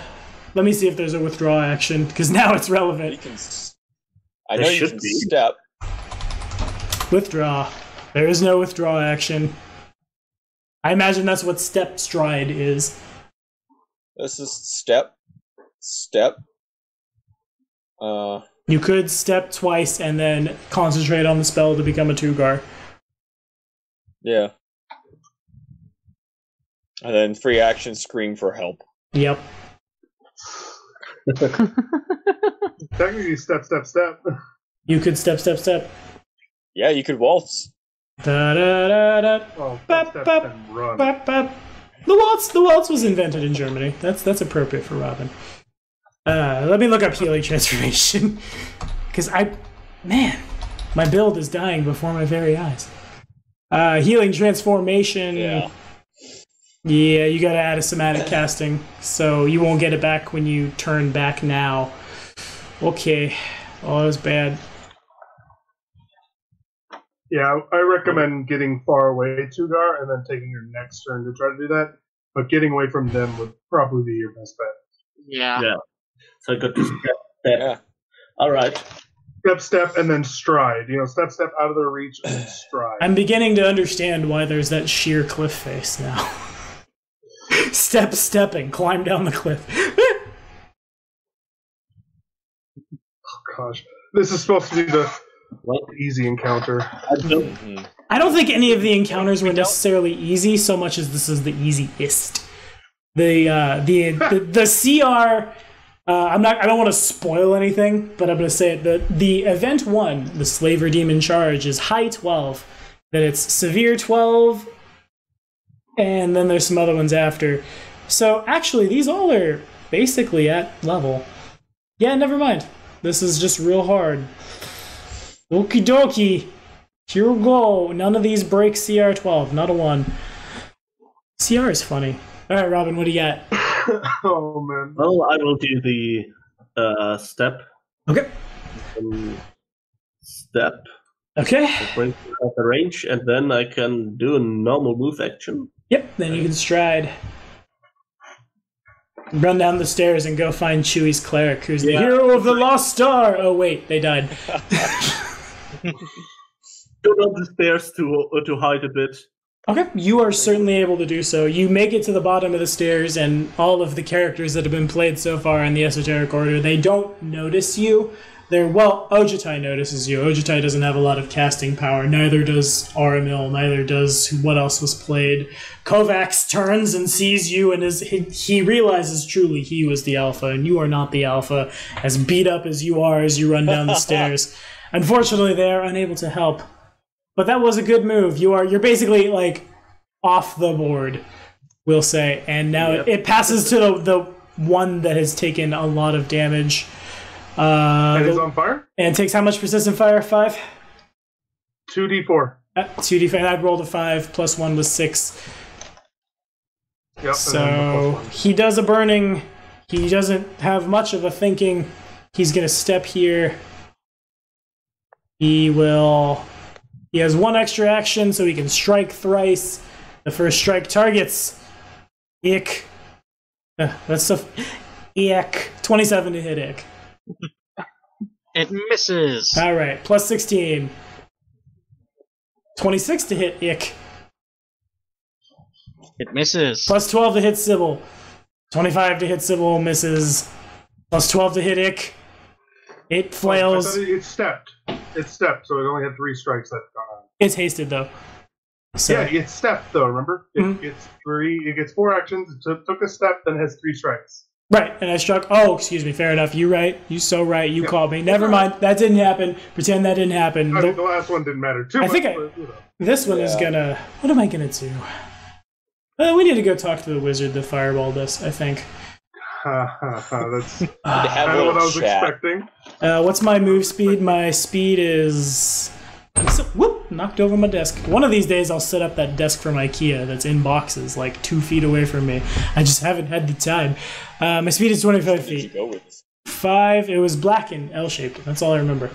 10, 15, 20, 25, 5, 10. Does Ike have any reactions to that? No. Plus 20. 33 to hit Tartuk. Yeah. Let's see. I'm Is that glad it's not a critical. Swinging at Tartuk at a 33, then a... Oh, Tartuka. Oh, it's hasted too? Yeah. Everybody's first turn is... Critical? That's a natural 20. Everybody on the board's hasted. They all spend their first 2 actions to pop the haste. So I have 1 hit and 1 crit, is what I'm seeing. Yeah. So, alrighty, so 2, 3, 4, plus 7. 18 points of piercing damage, and then 8d6 plus 14. This is a fun meta. I like rolling all these dice. I sound like a terrible person. 51 damage from the critical. Boom! Claw. We're gonna die. I'm gonna die in the first go. So said Tugar. Now, had you guys screwed up Mirrored Moon, there might have been something where you couldn't go hide where Tugar is. Now it's the Kalavakis that hasn't been hit yet. How do I get to Seamus? I want to attack a Seamus. You don't. 5, 10, 15, 20, 25. Seamus, make a will save. I want your soul. Oh, I will save. I will save if you would, lad. Do a will save. How Don't come get me water. That is a good accent you got there. You're bolstered against it. It tries to pull your soul from your body, and then the pen writes all about how that's not going to happen. And you realize it can't happen. I feel like the pen actually is the one that caused the alchemist fire to hit. It just zoops forward and like slaps the bomb. Yeah. So it corrects the trajectory before flying back. As he's narrating, is like, oh, and it went right in the face. No, it went right in the face. So then it goes right No, in the face. it went in the face. Flies back, smacks it, flies back again. I love it. It's the best. Alrighty. Do I have any? He's actually the narrator. Do I have any spells? What spells? I can cast Dim Door at will, but there's where am I going to stand? I can cast Airwalk as a 4th level spell. I think we do that, don't we? I'm gonna cast me a. That might cast me an Airwalk. Yeah, no, it's not that smart. I'm gonna attacking Ike. Hey, No flank here. So it's a 29 to hit Ike, then a 16 plus. hits. So 22 doesn't though. Plus 7. No. 32 points of Okay. damage. That's 2 8s and a 7. Feels good. So how much that he what? 32 points of damage. Of piercing damage as it moves forward, tries to take the very soul from Seamus, but it can't happen. And then it swings at you, and one of them hits, and one of them misses. And round the 3rd, Seamus. All right. My healing spells are touched because I only have soothe. Soothe has a range of 30 feet. Soothe has been eroded. Oh, really? Yeah. But you're on the top of a 50-foot pillar, so... Yeah. Yeah. One Okay. thing- Well, the one that's right in front of the wizard. So Seamus is first gonna use an action to keep inspiring courage, Yeah, righty. and it's gonna say, "Everyone, use those potions. You're looking low." I don't have a potion. Heals everybody else but me. We should give them to everyone in the front line. Yeah. The front line has collapsed. Not my fault. I'm not there. Man, are we dead in the first round? Jesus. All right, so it's gonna fire a shot the one right in front of the wizard Okie dokie. as he's still narrating. Oh wait, that's. I forgot to add my own bonus. That's relevant. So you have a lot of arrows. It's a 32. 32 hits. What are we shooting at him? Just regular arrows. Okay. Understood. 32 hits. All right. And 12 points of damage already. No strength there. Duly noted. A magic weapon you're using? Is that the magic weapon that you're using? Is there some bonus? Which is why I rolled 46. Yeah, they don't do a bonus to damage anymore. Yeah. It's just additional dice. Just extra dice. All right. Right. And then second attack against it. Now ready at a -5. So, this reminds me of that time. But you missed really bad. Good thing there's no rules as written fumble, otherwise you might have shot poor Tartuk. But you didn't. The arrow just breaks on the ground. He's like, this reminds me of that time we went to the tower to rescue some fair damsel and slay a monsters. Oh, the looks on your faces when she was the monster. Alrighty. Alright, and that's next turn. Alright, Tartuk. Alrighty then, I will step back. Seems good. The one that has not been touched at all Uh-huh. is now going to have to make a save. You are not supposed to be here. I cast banishment on it. Okay. That's a thing you can do. Let's take a looky-loo at how that spell works. See if it works. Banishment. If he fails, he's gone. He's removed from the plane. Oh, He good. leaves the plane of existence. Oh, good. Oh, good. That's a good And if spell. it's not, he goes back to its home plane where it was before leaving its place. Okay. Do you add a material? No, you stepped. You can't. Okay. That's real good, though. Add an extra action to give it a -2 I can't penalty add to the its save. material unless I know it's an anathema to that creature. Oh, fair. Then I don't know what it is. Makes sense. And you don't have the third action either. Okay, here we go. Gonna roll me a will save. Here's a d20. I don't know what I add. I just hit the button. Okay, it's low. Ha. Okay. Mine's a 28, so it needs a pretty high will save. It's got its will save is that number. It's a magic spell. Is it 21? It has a +1 conditional to saves versus magic, so it is a 22. Which mine is a 28, so it is banished. On a failure, it's banished. Nice. On a failure, it is outright banished. It can come back if it has means to do so, but it would need to know how to do that. Got it. And got him. You step back and poof, and it goes away. That is a very good The one spell for not this touched. meta. I wanted to make sure it was one that had not Yeah, been touched yeah. by anybody else. That was the one. Oh, wait. I lied. It should have been that one. I'm gonna... Oops. You guys know which one was disappeared. Next up then is Sybil.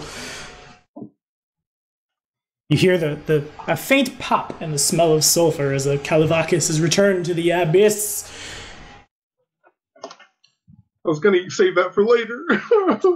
Sometimes you gotta... All your spells are banished spells. Okay. Step back, Well, you do. I have a few of them, so... But still. And then I'm going to use Quick Alchemy to create an Alchemist Flask and throw it at the same one I've been targeting. Fair enough. Another one of my fire bombs. Another one of your fire bombs, understood?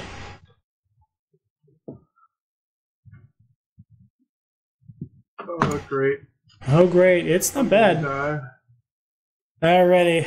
36 for the acid bomb? That's a critical success.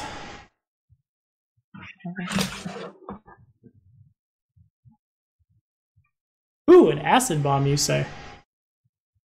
Yes. So this thing has weakness. This thing has weakness 10 to acid. Actually, it turns out. I don't know why. I've been using the wrong 22. spells! So it takes. 22 for the... It takes 44 because it would take 20 more damage. And then it's going to take 3d6 persistent acid damage. And it's weak to that, so that's fun. Okay. I don't know why a Kalivakis is weak to acid, but it truly has weakness 10 to acid. The bomb explodes and much more of its flesh melts away than should have as it collides with its chest. He looks at you and snarls. If we could get that 3d6. Acid splash. Acid Splash would hurt really bad. And Tartu can see. And then 27 Okay. for the program. Is that with the minus for the second attack? Right? Yeah, no? 22 more damage? Okay, understood. Is that also acid or no? No. That's fire. Alrighty. Gotcha. 169. That was with your minus for a second attack, right? Yes. Okay, Yeah, cool. she said Okay, I'm sorry, I didn't hear. Do you want to roll your 3d6? I have no idea which ones are taking damage. Everybody, the ones with the most damage are the one that's standing by the pillar and the one that's in front of Ike. Yeah, that's 20 damage every round. Fair enough. Okay. It passes well and truly now to the one that has taken the least damage. The Kalavakis, who's taken some splash, and that's it. That one has charged from there. That was there. That was there. So this one is going to... I really want to attack Seamus, but I have no means of attacking Seamus. I'm going to cast Airwalk. I have to cast Airwalk. That's what I was expecting. But Seamus is not a threat. No, Seamus is a threat because these guys aren't good at thinking, and you're making a lot of noise, and it pisses it off. It gives it a... It can walk on water. Talking. That's Phantom Steed. Wait a minute. No, it doesn't cost that. It's cool, but it's not that cool. Can't walk on air. I just want the Airwalk spell. Give me the Airwalk spell. That's all I want. What does it do? I can't speak Irish around demons. It just makes them mad. A target can walk on air as if it were solid ground. So it's gonna do that. It's gonna spend 2 actions, and it's gonna do that trick, you know, where there's a bar and you're standing in front of it, and you walk and you move your legs so it looks like you're going down. Except it's gonna go up, and it has 1 more action. It's gonna try to do a punch-in. Hope this Irish accent's doing something for somebody. Never mind. That was unfortunate. With And Airwalk, it can end its turn in the air. I'm pretty sure. I'll double check. Let's see how long it lasts. Move requires an acrobatics. Target can walk on air as if it were solid ground. It can ascend and descend in this way at a maximum of a 45-degree angle. Looks like it can. Okay. There's no heightening it or no like the float and stumble that used to happen. No. Much better than the monk's ability. Yeah. Monks have to make a check. Oh. Speaking of monks, Yeah.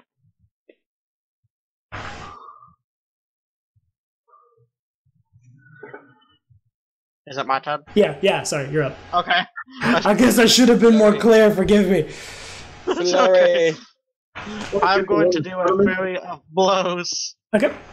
So if both attacks hit, I add the... Let me go to the... There they are. Increases the dice by 1 step. By 1 step. 23 misses. They get 2 at the highest. Ha! On another note. Okay, so my question now becomes, Chewie, did you take, because I'm pretty sure what just happened is something I've wanted to see for a long time, on like that particular thing. Did you take Wolf Drag? Oh, never mind. That's its own strike. That's its own strike. Never mind. I thought that would have turned into Fatal D12 right away. Aww. That's its own 2-action thing. Never mind. You do hit. Several D8s are thrown at the board. Okay, so... do I still add an extra... So D8? it would be 8d8 plus double your strength. Yeah, you don't increase Okay. the die step because it wasn't both hitting. But, yeah, it's just 1 hit, so. Okay, so 8d8? Yep, 8d8 plus double your strength. Okay, I'm rolling 4 here first, and then I'm rolling the other 4. Okay, 11 plus 20. Nice. So And then 31. my strength is a 4, so 8. So 39. 28. Yeah. Okay, that's not bad. The first attack mechanically does no damage, but like it brings his head down to like the wolf fang fist uppercut that just like collides with his jaw, and you pull back. His flesh comes off, and you're doing slashing damage, I'm pretty sure. It's like just and back goes. A lot of pain. Not bad. We'll take it. Okay, for my second attack, I'm going to try a wolf drag. Okay. That has fatal D12. So that's exciting. But also misses. Boo. Boo. And now it's the Calavacus who's taking... Oh, Ellie, I hope you remember. Action. Flurry of blows counts as 20 one. acid damage. Flurry of blows counts as one action. Strike counts as two. And Wolf Drag is 2 actions. Oh, gotcha. Yeah. Alright, so 20 points of acid damage onto a Calavacus, and how much fire? 4. Okay. 189. 189? That one's pretty beat up. That one's... I got 11. How many hit points do I have? Am I dead? Okay, I'm not. I'm still alive. I didn't oh wait, I only have 20 hit points. I have ruined this encounter. No, I have more hit points than that. Alright, 5, 10... Whoop, go back, board. This one is mad at the one that has burnt it. As we all are when people burn us. 10, 15, 20, 25, 5, 10, and it's going to try to strike Sybil twice. This thing is barely able to move. The acid has consumed rapidly most of its muscles. It's basically just dragging itself out. Just a pure force of nothing but hate. Moving in the direction of that which has harmed it in the hopes that it can drag it back to the abyss with it. I have a trait, and it's called the charge trait, and I feel like I may have miscalled that for several times, because there's no charge action. So I forget how that works. Doing a look. My horns, if I move at least 10 feet... Oh, oops. They should have added a little more. So this one did move at least 10 feet, and we'll add 4 more. So this is plus 24, targeting Sybil. 38. 38 hits me. I did it. Does it crit? It doesn't crit. Right? It does not crit. Alright, so 20, 1, 2, 3, 4, 25 points of damage. And I'm just going to take it's a plus 15 on that. So it's a 19 and misses. I got greedy, and that's what happens when you get greedy. Alright, Tugar. Alright. Well, first I will dismiss my form. Okay, 1 action. Okay. I can use more than 1 spell per turn if it only takes 1 action, right? Yep, that's right. In that case, I think I will cast 2 heal spells on myself. Okay, so the whole place has got a blessed power, which means you regain additional hit points equal to the level of the spell. So however high you're heightening this heal. It's a 2nd level heal spell. Okay, so then you'll get from 2 heals 4 more hit points. Yeah, so that's 4 and 3d8, so it's 68 plus 4 plus 8, so 68 plus 12. Yeah. Not bad. The build is resilient. The AC may be bad, but we got this. We're good. I really like wild druids. I refuse to believe. 68. Let's drop it. Oh, why did it go there? Now the dice is dropped over there. It's like really strange. It went all the way up to the right corner and dropped them over there, and I have no idea why. Yeah, fair. So plus 8. Plus 12, because I get my spellcasting attribute also added to it. So 35 hit points are returned to Tugar, who's an orky boy again. Transformation. Man, I miss natural spell. You know what? That's a thing that would have been really good for you.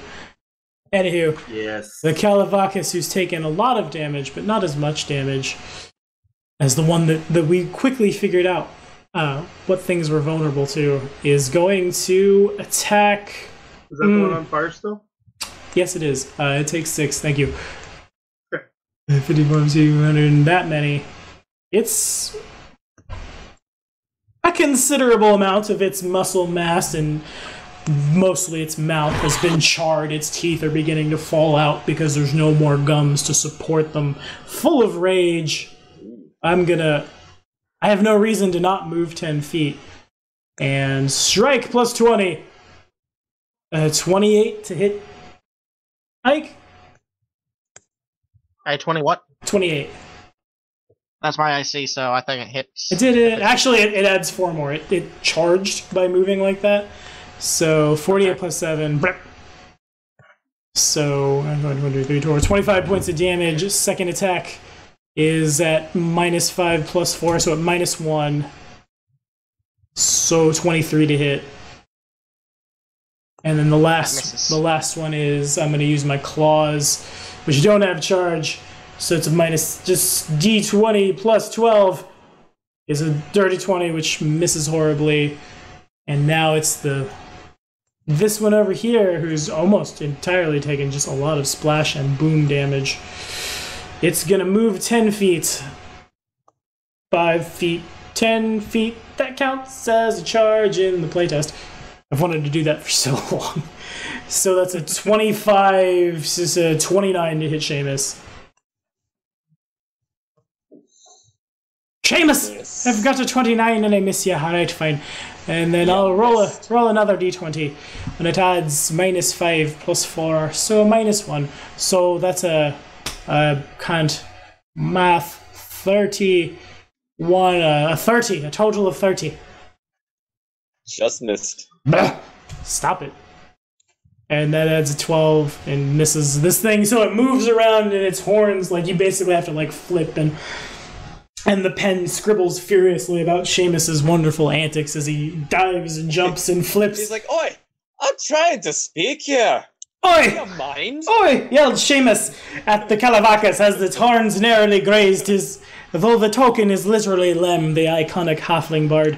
It's a gnome, so his feet aren't hairy, but that's okay. I actually, fun fact, in my home group, we had a gnome bard for a while who also used Lem as his token. I guess it's a popular one. Also, it's your turn. Yeah, Irishman, what are you gonna do? Alright, that black portion to the southeast of Seamus, is that something he can jump to? Yeah! You could try it. The spider climb's still on, so he's gonna jump on it. Seamus remembered that time he played Prince of Persia and he started running across the ruins. Hashtag only 90s kids will remember, because everyone got Assassin's Creed by the same company. Anyway, okay, make an acrobatics check. Alright, acrobatics. Thank you for that ring. You're welcome. Thanks, Ballman. That ring suddenly came in a lot of handy.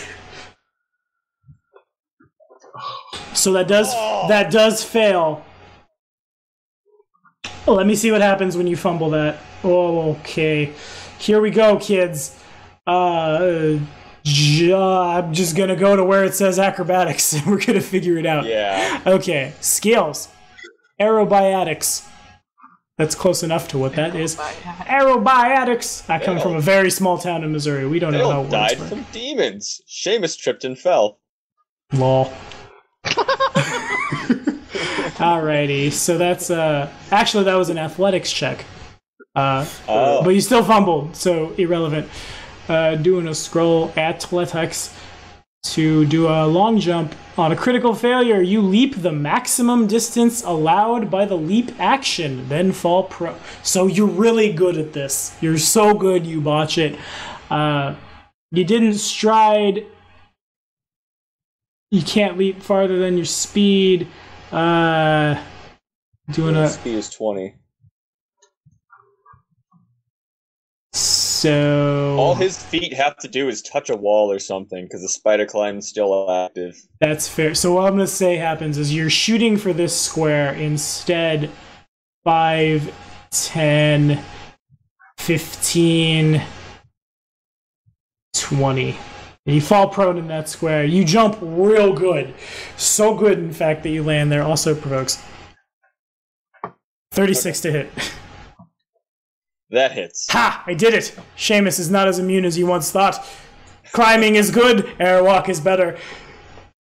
23 damage. So that's probably actually what happens, because you didn't have a running start. It's less that you jumped, more so that you are scooped by the horn of this thing and just like as the bull throws the matador, so too is Seamus. Now we're in Spain and England, and whoop, off you go.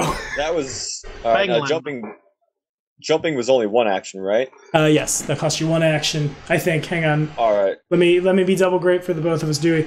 That was 2. A long jump is 2 actions. Okay. Then he will use his last action to talk about how that beast, I'm gonna get him back. Just you wait. You all keep fighting. That's his inspire courage. Noted. All right, Tarsuk. Good fight, guys.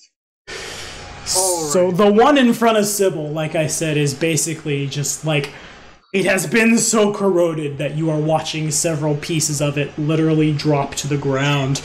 It's probably not gonna last much longer.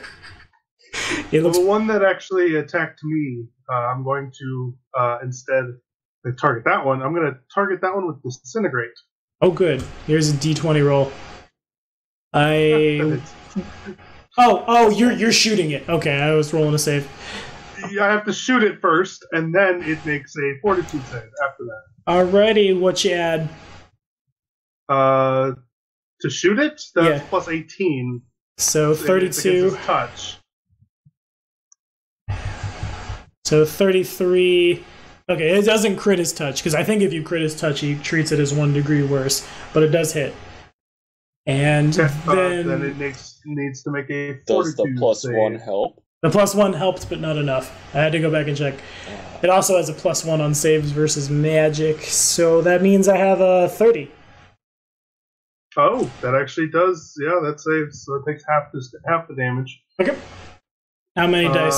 They updated that, so that one was updated to 16 D10. So Alrighty, so half that is 8. That's a disintegrate. I'm gonna roll all 16 because that's fun, and we're gonna cut it in half. Right. So, oh man, oh mama, oh mama. Alrighty, 51 points of damage to his face. It almost hits him. Well, you were pretty close to a critical success. You hit him pretty much center of mass, but he's able to push most of it away. No. What type of damage is this? I actually don't know. It just damage. If it doesn't say, then it's just untyped ally damage. It's just damage. A green ray. Yeah. I will then climb up 10 feet. Duly noted. Off a scramble you go as I do math. 52. That's a 6. Which one did you attack? The one right in front of him. The one that, the one that's in front of me that attacked me last turn. And it passes to Sybil. Yeah. So I am going to step back up onto the pew, kind of like 1 foot on the thing, 1 foot on the top, and I'm going to start mixing elixir lives, kind of like the entertainment bartenders that like flip things. I love it. Duly noted. Anyone want a drink? Everyone want a drink? Want a drink? Yep, I need a drink. Drinks all around. So Yes, drink. I created 2. Who needs the most health right now? Well, Tugar is probably the lowest still, even after healing himself. I'm at 36 HP. Are you down the stairs? I can't really throw a... Yes. Yeah, he's down the stairs. Yes, I'm down the stairs. Unfortunately, there's not enough bumpers going down the stairs that you can't ricochet it. Yeah. Well, I'm down 69 points. Okay, so I'm going to toss one to you. Okay. For that. Do I have to drink? I have to do an action to drink it? Yeah. Is that how that works? Okay. Yes. And you it goes inert at my next turn, so... So drink it now. I'm going to drink one myself. Okay.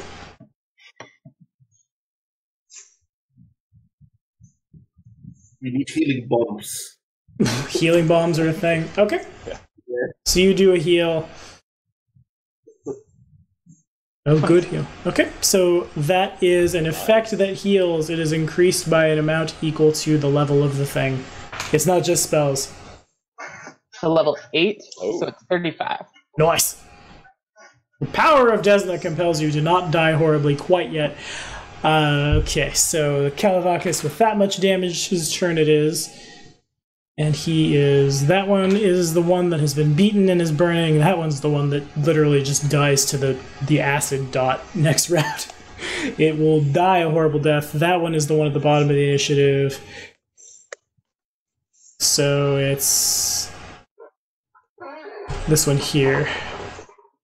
No, it's this one here. It's the one that attacks Seamus. Oop. I actually miscalled some of the initiative. Forgive me, they all look the same. I am a bad person, so I'm going to have this one. The one that should have moved is going to move now. It's going to step. I'm 10 feet in the air now. You are. Yeah. Don't put the damper on things. Alright, fine. A step. Sorry, Chewie. Actually, I'm not going to... Sorry, Chewie. I'm not going to step. I'm going to stride 15 feet. It's really awkward. It's so stupid that that's a charge. And when I was playing a horse archer for a little while, I get why my friends were angry about that, because I literally just and now I get a bonus on attack rolls. Bam. Yeah, not having a reaction is kind of a downside to this. 27 against Ike's flat-footed. Yeah.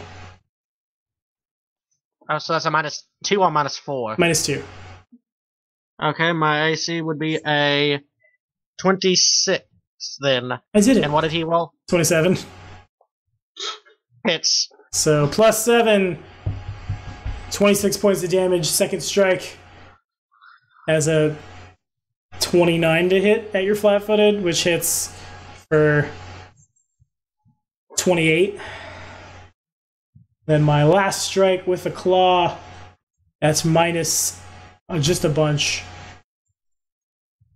So that's a 23 over your flat-footed. That misses. All right, fair enough. So 21, 18, and 14 as it runs back and forth and does a punch, and now it's your turn. Adding up my damage.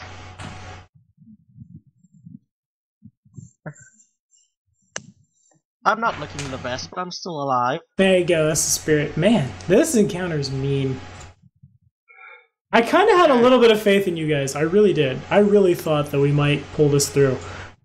Maybe not. Yeah. Maybe not so much. Actions. I'm checking how many actions on my notes here. Which one? The wholeness of... wholeness and body. That's a thing you can do. Wholeness of body, where are you? Wholeness of, I gotta control F. We got this. Wholeness of body is 1 verbal casting, healing, necromancy, and positive. I'm doing positive. Oh, good. So that means you regain hit points equal to 1d8 plus your spellcasting ability modifier. You heighten this all the way up to your highest level. So that's...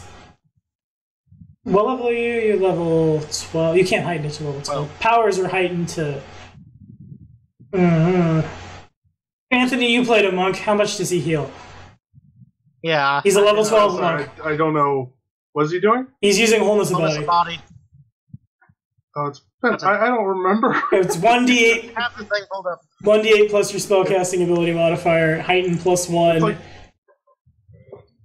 your heightened is automatically half your level plus half your level, and then if it's high, if it's odd number, if it's a fraction, you round up. So it's 6d8. It's 1, 2, 3, 4, 5, 6, 7, for 8, each 9. one after the first. It's 11d8 plus 6.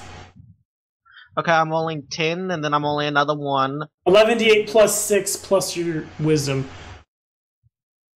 So that is 39 plus 8. And then my wisdom is a 4. 49, 51, 52, 54, 55, 56. So that's 58 total hit points healed back for 1 action as your beard poof, back into place, as it does for all dwarves when it gets cut. It cannot be denied.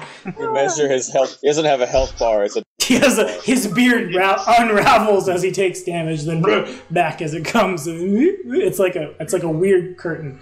It's like a curtain, and the cats are pulling on it. It's like a weird curtain. It's like a beard curtain. Yeah. That's not a house I want to live in. Oh man, no. I'm suddenly really afraid of my own apartment.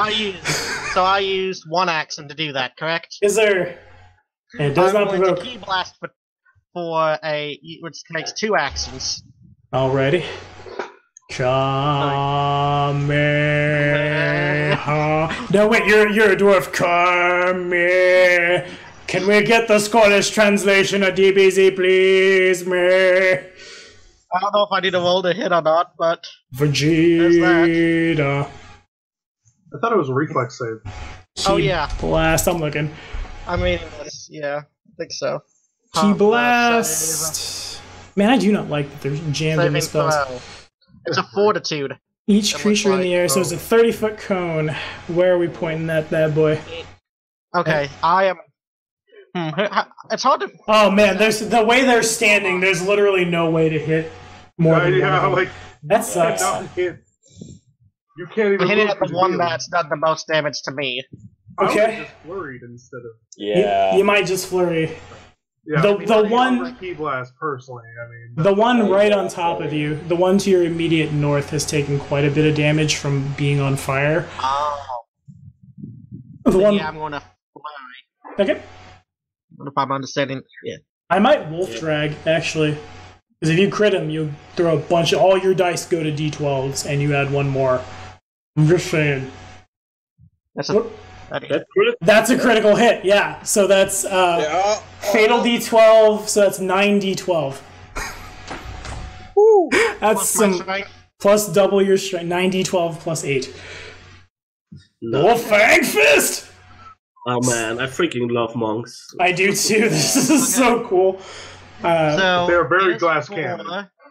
9d12. And then- Stop it. 9d12s. Oh, Just D12s, not D10s. yeah, Yeah, because D12. the attack is fatal d12, and fatal says you add an extra die and increase it to however many, and you knock him prone. So there's the first D12s, and I'm doing 9. Yep, I'm just trying to do math at the top of my head here. I hear you. Okay, there's another 4, 28, 32. and now it's double my strength, correct? Yep, Which is a Yeah, 4, so that's 8. 68, 9, 71, 2, 70, 74. Okay, Chewy, if you would flavor that kill. Nice. Hi, you mess with the beard. So I'm going to take your horns as I whip the horns off and stab him with the horns. And so it was And then I stab him in the neck with my jaw attack. with your jaw attack. Cool. Yeah. And he falls over and promptly is sent back to the abyss. Good. And then immediately after, if Ellie would like to flavor this kill, this guy immediately dies to the lots of dots on him. I feel like it's pretty obvious. He just kind of melts into a pile of bone and disgustingness. It turns out Sybil actually is working for a group of people, some call them the Enclave. And he has been gooped with the plasma gun. And now it goes to Tugak. The odds rapidly looked a little better. Yeah. Oh god. That was a hell of a turn. Well done. Oh Yeah. yeah. That was a turning point. Done. One of them's pretty hurt. What you got, Robin?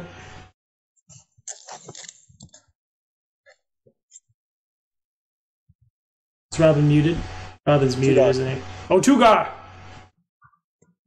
I didn't notice that also.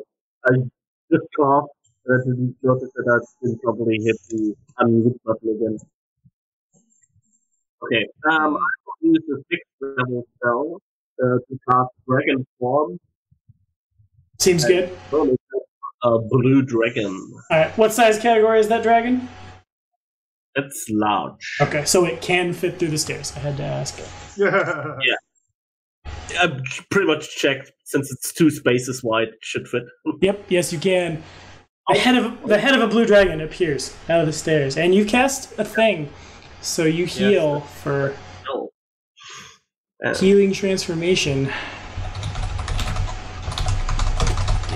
Get to see if this When build did you do that? since powerful spell, best of spells. If you want to add a somatic casting, Yes, I do. then you get 6d6 plus the level of the spell. Yep. So that's another 29. Seems good. Alrighty. It's not over yet. You're doing good, but now it's this guy's turn. Actually, it's... Does he have reach? Because that guy's flat-footed now. do. Just wanna... That's fair. Okay. What am I gonna do? I think I just have to keep... It's actually this one's turn. It's gonna attack the closest thing it can. So it's gonna move here and do a strike. Plus 24. 37. That hits, but it's not a critical. It's 1 point away from a critical. Okay, it is attacking your flat-footed. Oh. Then yeah, I'm critted. Hooray! Plus 14. So that's... Wasn't it 50 or 45 feet in the air? Oh! Okay, we'll move down. And it still has... Thank you. You're very correct. It goes to the bottom. It can still... it can get there. It would need to use 2 strides. Okay, so it has one more attack after this. He can make it. To land there. It'd take him 2 strides, but he can get there. And he's hasted, so 29 plus 14 plus the extra d6 from Deadly. So 47. Okay. And then one more attack.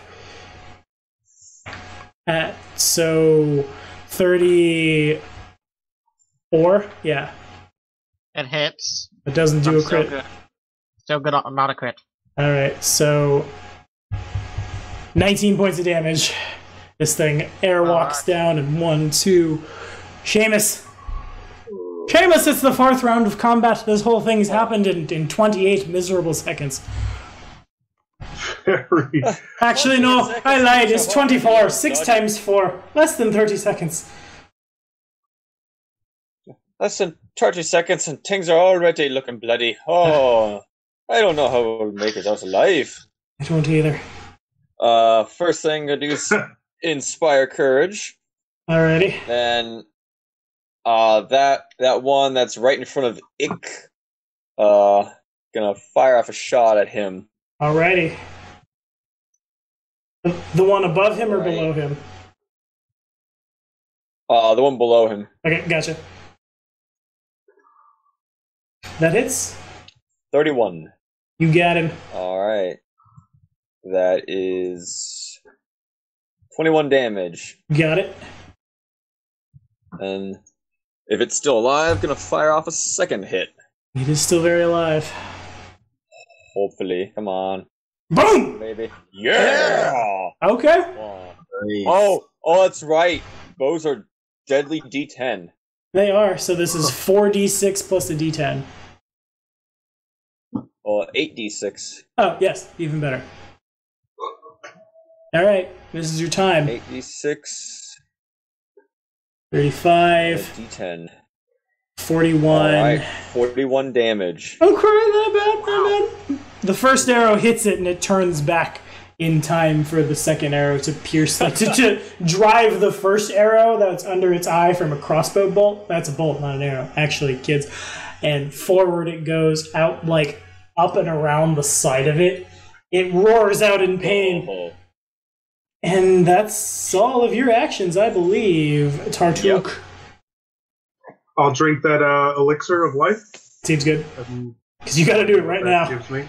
Yeah. It's a 1 action, correct, to do that? Yeah. Yes. All right, you have to roll that for me, Okay. Tommy. Alrighty, so I believe that's doing a scroll to the last time Sybil rolled.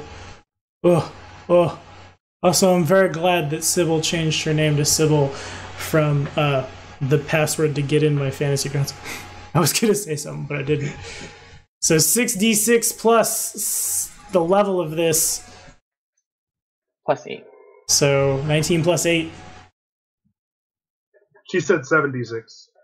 Oh, 76. is it? Oh, my bad. There's one more. There you go. That one more was important. That was a good one more. Max roll.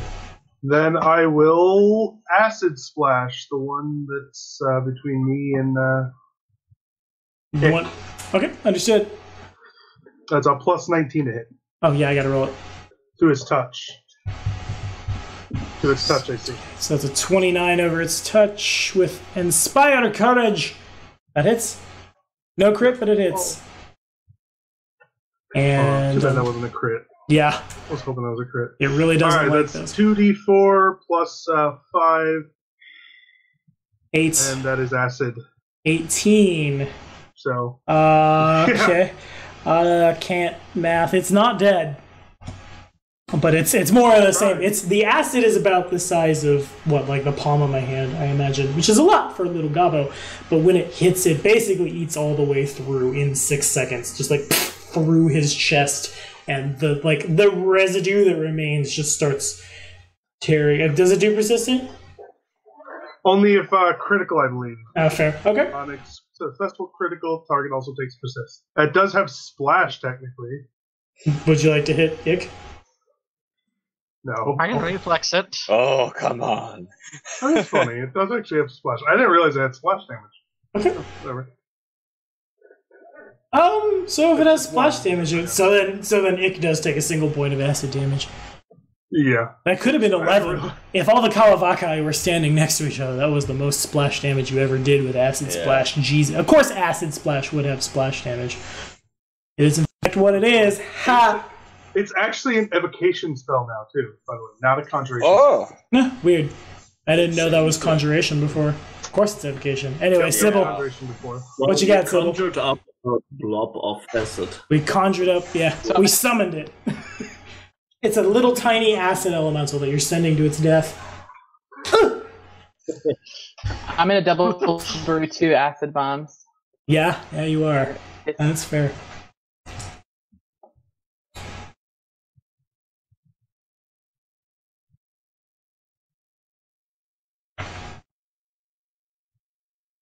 Okay. 24? 24. Yeah, is that adding the Inspire Courage?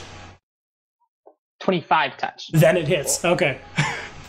That is literally my touch AC. Are we targeting the one on the top or the bottom? Courage. Bards are good. Everyone wants them. So 13 to this one, and then 7 splash damage to the other one. Okay. So the splash damage can't jump 10 squares. It would have to hit. I have a thing that increases feet to a 10-foot splash. Oh, good. Okay, by the way. so who takes the 13? Splash. Who takes the 23? 13 is the one closest to the carpet.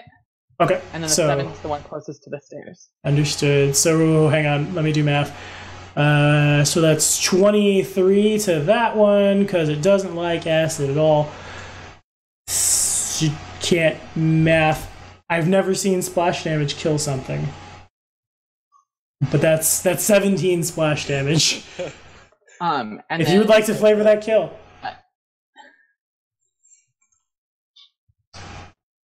Just pool of acid, like eat the ground and everything. But not the dwarf. The dwarf passes past him. Not the dwarf. My bombs don't hurt allies. That's such a weird. I mean, I get it, but like it's a 10-foot, but it misses him. Just, woo, and that one dies. Right around him. She curved the bullet. Yeah. Right. So 32 to hit the same one again. Okay, that is a hit. Not a crit, right? Yep. Okay, we're good. 23, and it takes 3d6 persist. Okay. So At 9. roll that one more time, because that was the same bomb twice, right? So it either takes 9 or the higher. Okay. So 23 acid damage. Oh, bad. Okay.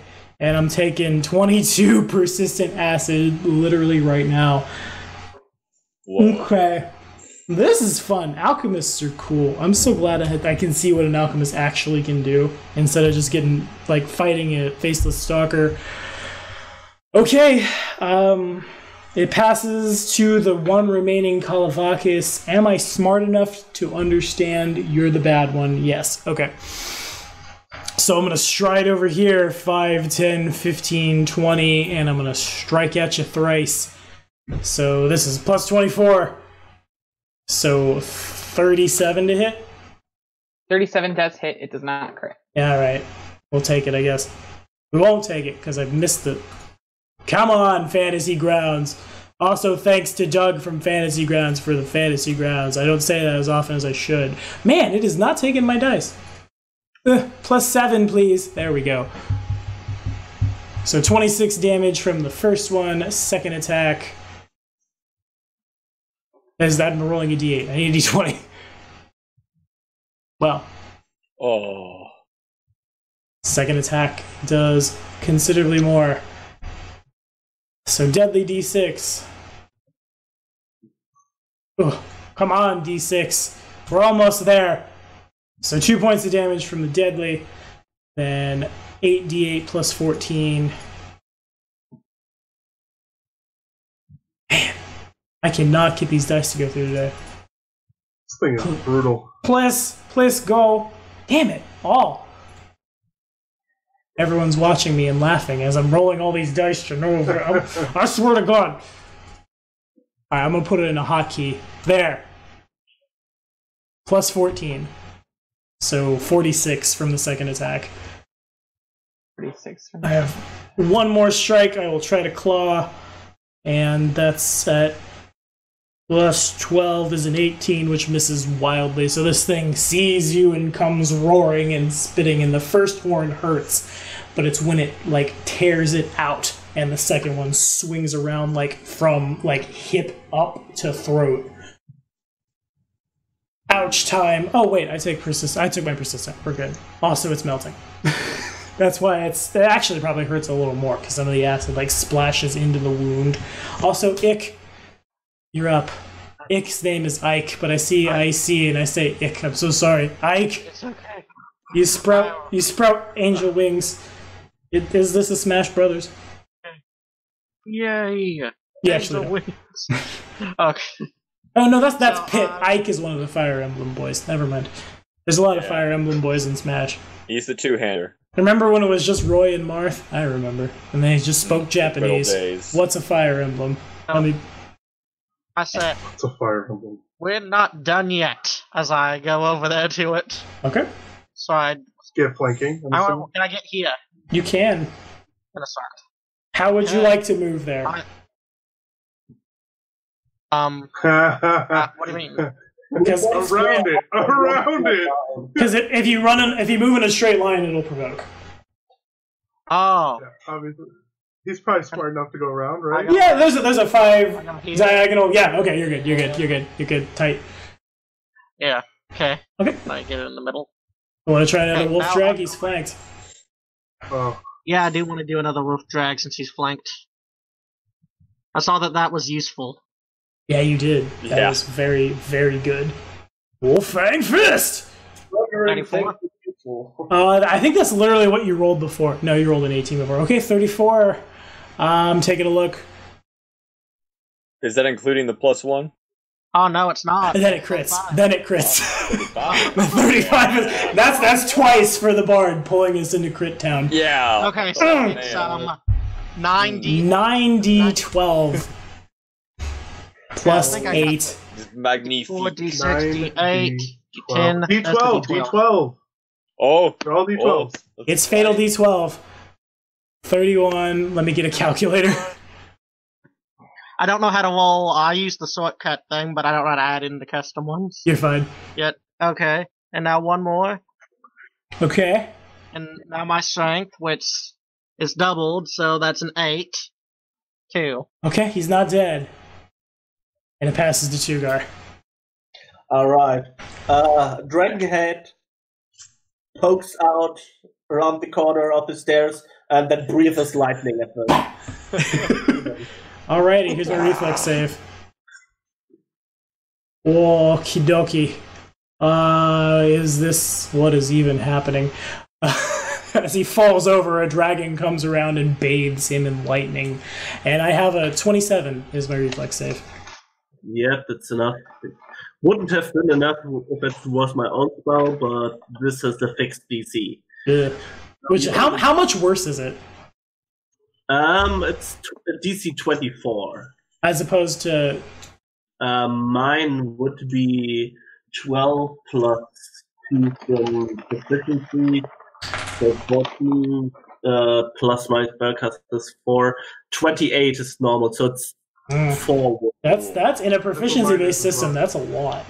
Fair enough. Okay. Yeah. Mine's a 28 as well, so Roll damage. that's all I do is cast spells. Yeah. Alright.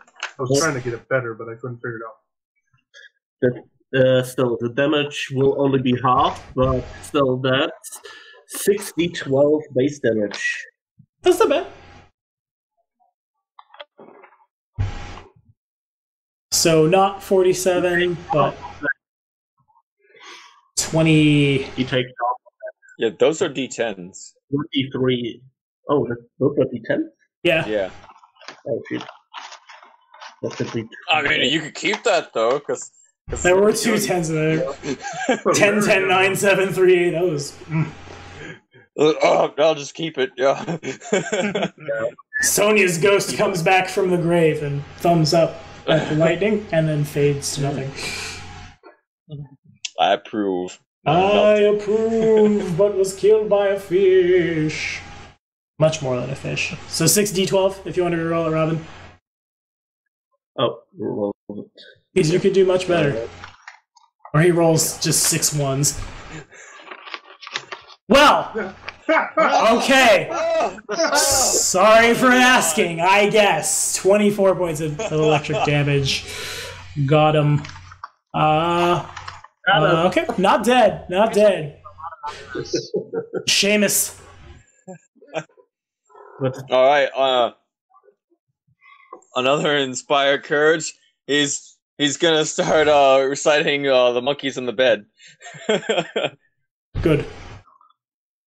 And then that was fun. Calvacus jumping in the bed. 1d4 because in 1d4 rounds I will have that breath weapon back.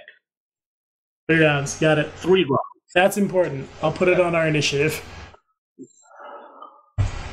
I'm guessing from 50 feet up that dragon is not in the way, right? No, not at all. No, that's just Alright. like a dragon head poking out of the stairs. It's just one like big blue head with a horn. Just weep. Alright, that is a 25 to hit with my bow. Okay, that. Yes. You know, he's flat footed. That hits. Alright. Cool. Plus 11. 11 damage. Okay. Alrighty. Okay. Keep going if you would. Okay. Almost there. And Ooh. last shot. Let's see. Can he do it? Oh, misses. No, it's an 18. This is hard. Misses. All right, Tartuk. Whiff. We were gonna let Seamus's book flavor that kill, but not to be. With my 3 hit points. Flash again. All right, sure. Cool. Boom. Plus what? Plus 18 to hit his touch. All right, flavor that kill. I have 3 hit points. Nice. It's just a glob of acid just on it, and now it's now puddled on the floor.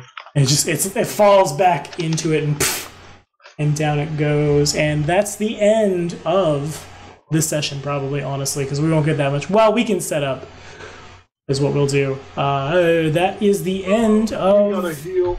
event 1. For the next wave for All us. right, you guys have 2 rounds. Alright. Oh, Who needs healing? I could need healing. everybody. So everyone has All 6 right. actions.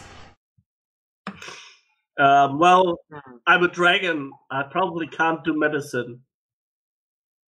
I can medicine if needed. Seamus is going to walk down 20 feet this way. That should probably put him in range of the dragon, right?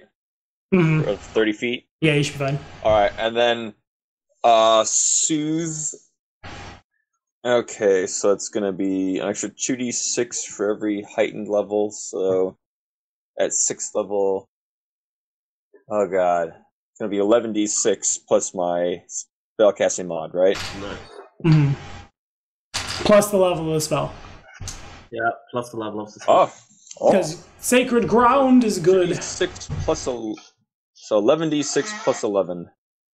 Seems good. 6, 8, See, you guys got this. You're fine. 11. Nice. So 44. By that? Oh, that was terrible. Oh, That was the dragon Tartuk. yeah. Well, at least it's 44. Okay. 44. So that means you cast Soothe. Yeah. So you move there, and you do. So you have 3 more actions. Soothe. Yeah. We'll run this in order so we don't get confuzzled. Also, I guess I need to get rid of this Kalavakas. There he goes. Who's our biggest hitter, who swings the most often? Because I've got heroism. Probably the monk. Yeah, I feel like the monk. Yeah. Oi! Barry, get over here. I got something I get for over. you. Yeah, give it to me. Alright, gonna cast heroism on him, so he has a +2 to a lot for 10 minutes, I believe. We have people who do have medicine beside me, right? I have medicine. You guys have You two. use You, that you on guys got 2 rounds, so you can battle cleric, but you can or battle medicine, but you can't treat wounds. Yeah. I have battle medicine, but I think you won't let me do that while I'm a dragon, I assume. Probably not. No. You have claw hands. Man, I very I few don't of these probably- demons have any resistances to anything, and almost all of them have weakness to some kind of element. Yes! What is going on in this playtest? Evocation is- Holy crap. Like, seriously, like, you won't fight a sloth demon. There will be no dretches. Yeah. They have no immunities and are weak to electricity. Yes. What? Wow. I hope so, because I haven't used all my spells yet. So Is- I got some good ones. And- so. I can turn into dragon a few more times for more electricity breath. Does the demon trait give him weaknesses? Is it hidden back here? Nope. Nope. Demons are weak now. Demons are bad now. Wow. Ooh. They hit like hard, a though. truck. but Yeah, they hit like a truck, but they hit like a truck with 4 really low tires. They all had haste. Yeah. It's valid. Alright, so really good. Chewy, you might want to write Yeah. down for the next 10 minutes you get +2 to attack rolls, skill checks, and saving throws. Oh, I'll put that on the initiative sheet too, that Just in Ike case. has Yeah. heroism. Yeah. So probably for the rest of this adventure, you have +2 to all that. Yeah. alright. do we- Does it stack with the do we do your, inspiration? No, it doesn't. Ah, okay. But it's still better. Okay. Yeah. So I think do we that's- have battle medic? Seamus has His one more action. Oh, okay. He's got one more. And Seamus's last action is going to be to step back here. I'm going back into the cubby, and I'm going to be like 10 feet off the ground if that's possible. If there's a cubby 10 feet, and I'm stealthing. Got it. Roll stealth. I am totally stealthing.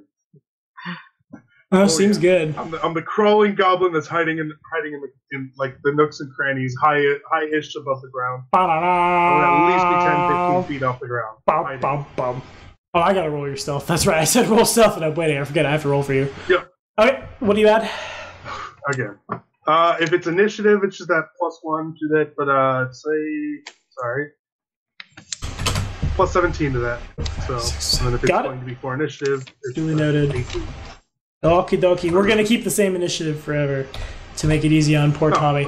Okay. If that's all you have, Sybil has 6 actions. Okay, so I'm gonna take out the greater heal potion I got at the beginning of the session. I'm gonna use that. Oh, hi. This would have been handy.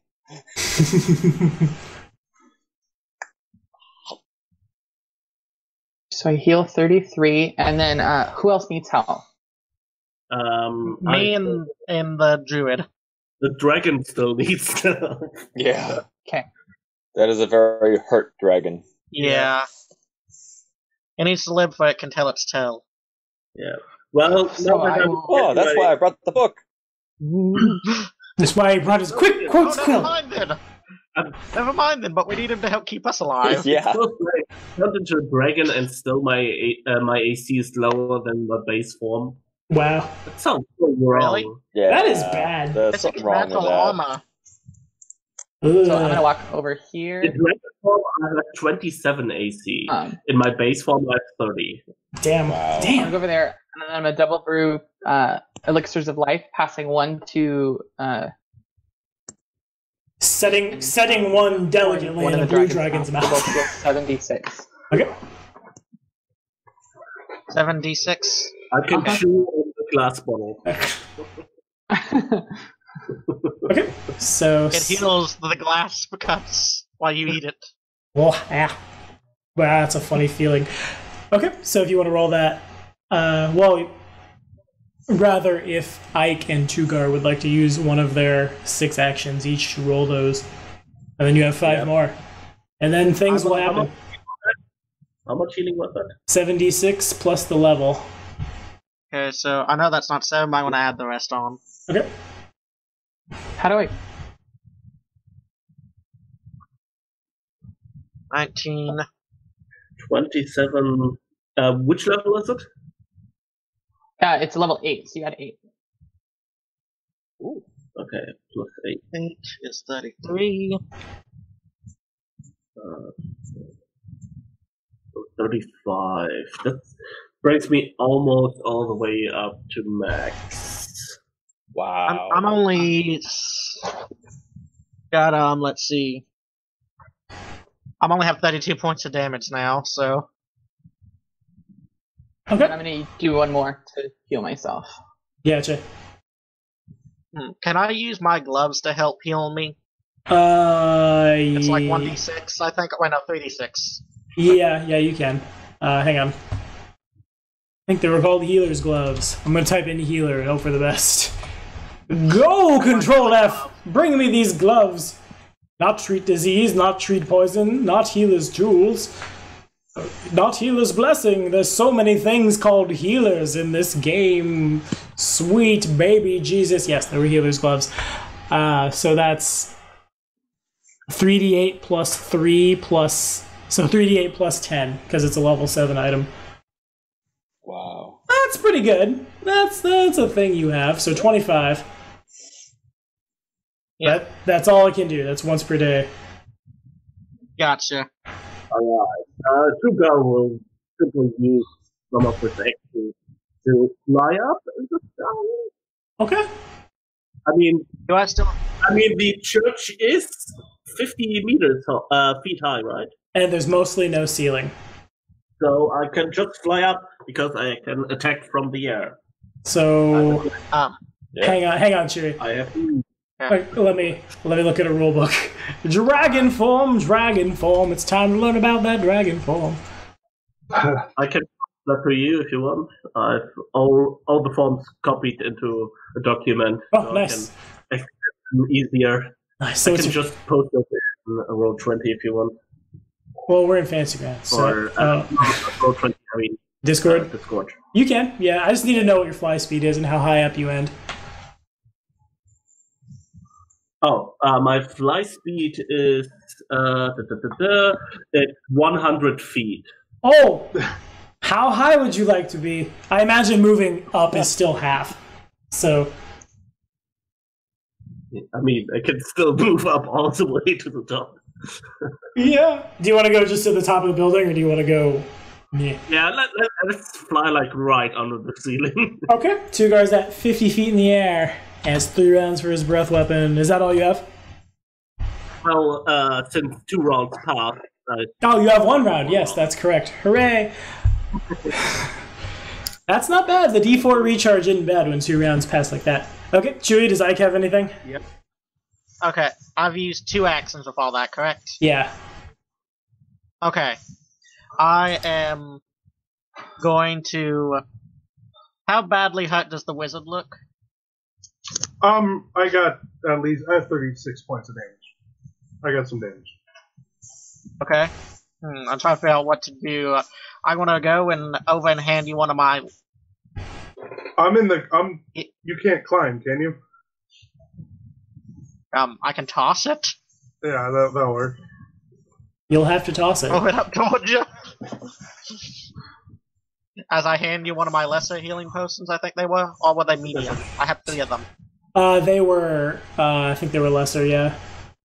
Yeah, I hand you one less, and There's graders and major and lesser. Oh, major. That was it. Yes, you're right. There's majors and lesser and graders. How much is it? I hand you a major. Okay. How much does that do? It's I don't know off the top. 78. 78 plus 20. I definitely do not need to drink a major then. In a world where the alchemist's spells are literally all the items that everyone else has, the alchemist has all the answers. Feels good. I'm not going to drink a major if it's plus 20. Then I can hand you a lesser. I have 3. Okay. You have a lesser? You bought lessers? Wait, didn't I get a lesser from that? I think I did. Are you talking about the grader? There were graders and then there was majors. Yeah. Oh, I thought there was a lesser in there. Sorry. No, I did too, but those were nothing ones. So I'll do it. I think grader is less. Grader is 5d8 plus 12. But yeah, I'll drink one of those. Okay. Alright. I drink a grader, so you have to roll 5d8 for me, Tommy. Yep. Plus 12. Where's my d8? All my dice are everywhere. Plus 12 equals. Why won't you take it? Please go. Okay, there you go. That's 37. Alright. Nice. Okay. Only 11 points down. That's great. I think that's everybody. I'll be climbing back up and go back to hiding.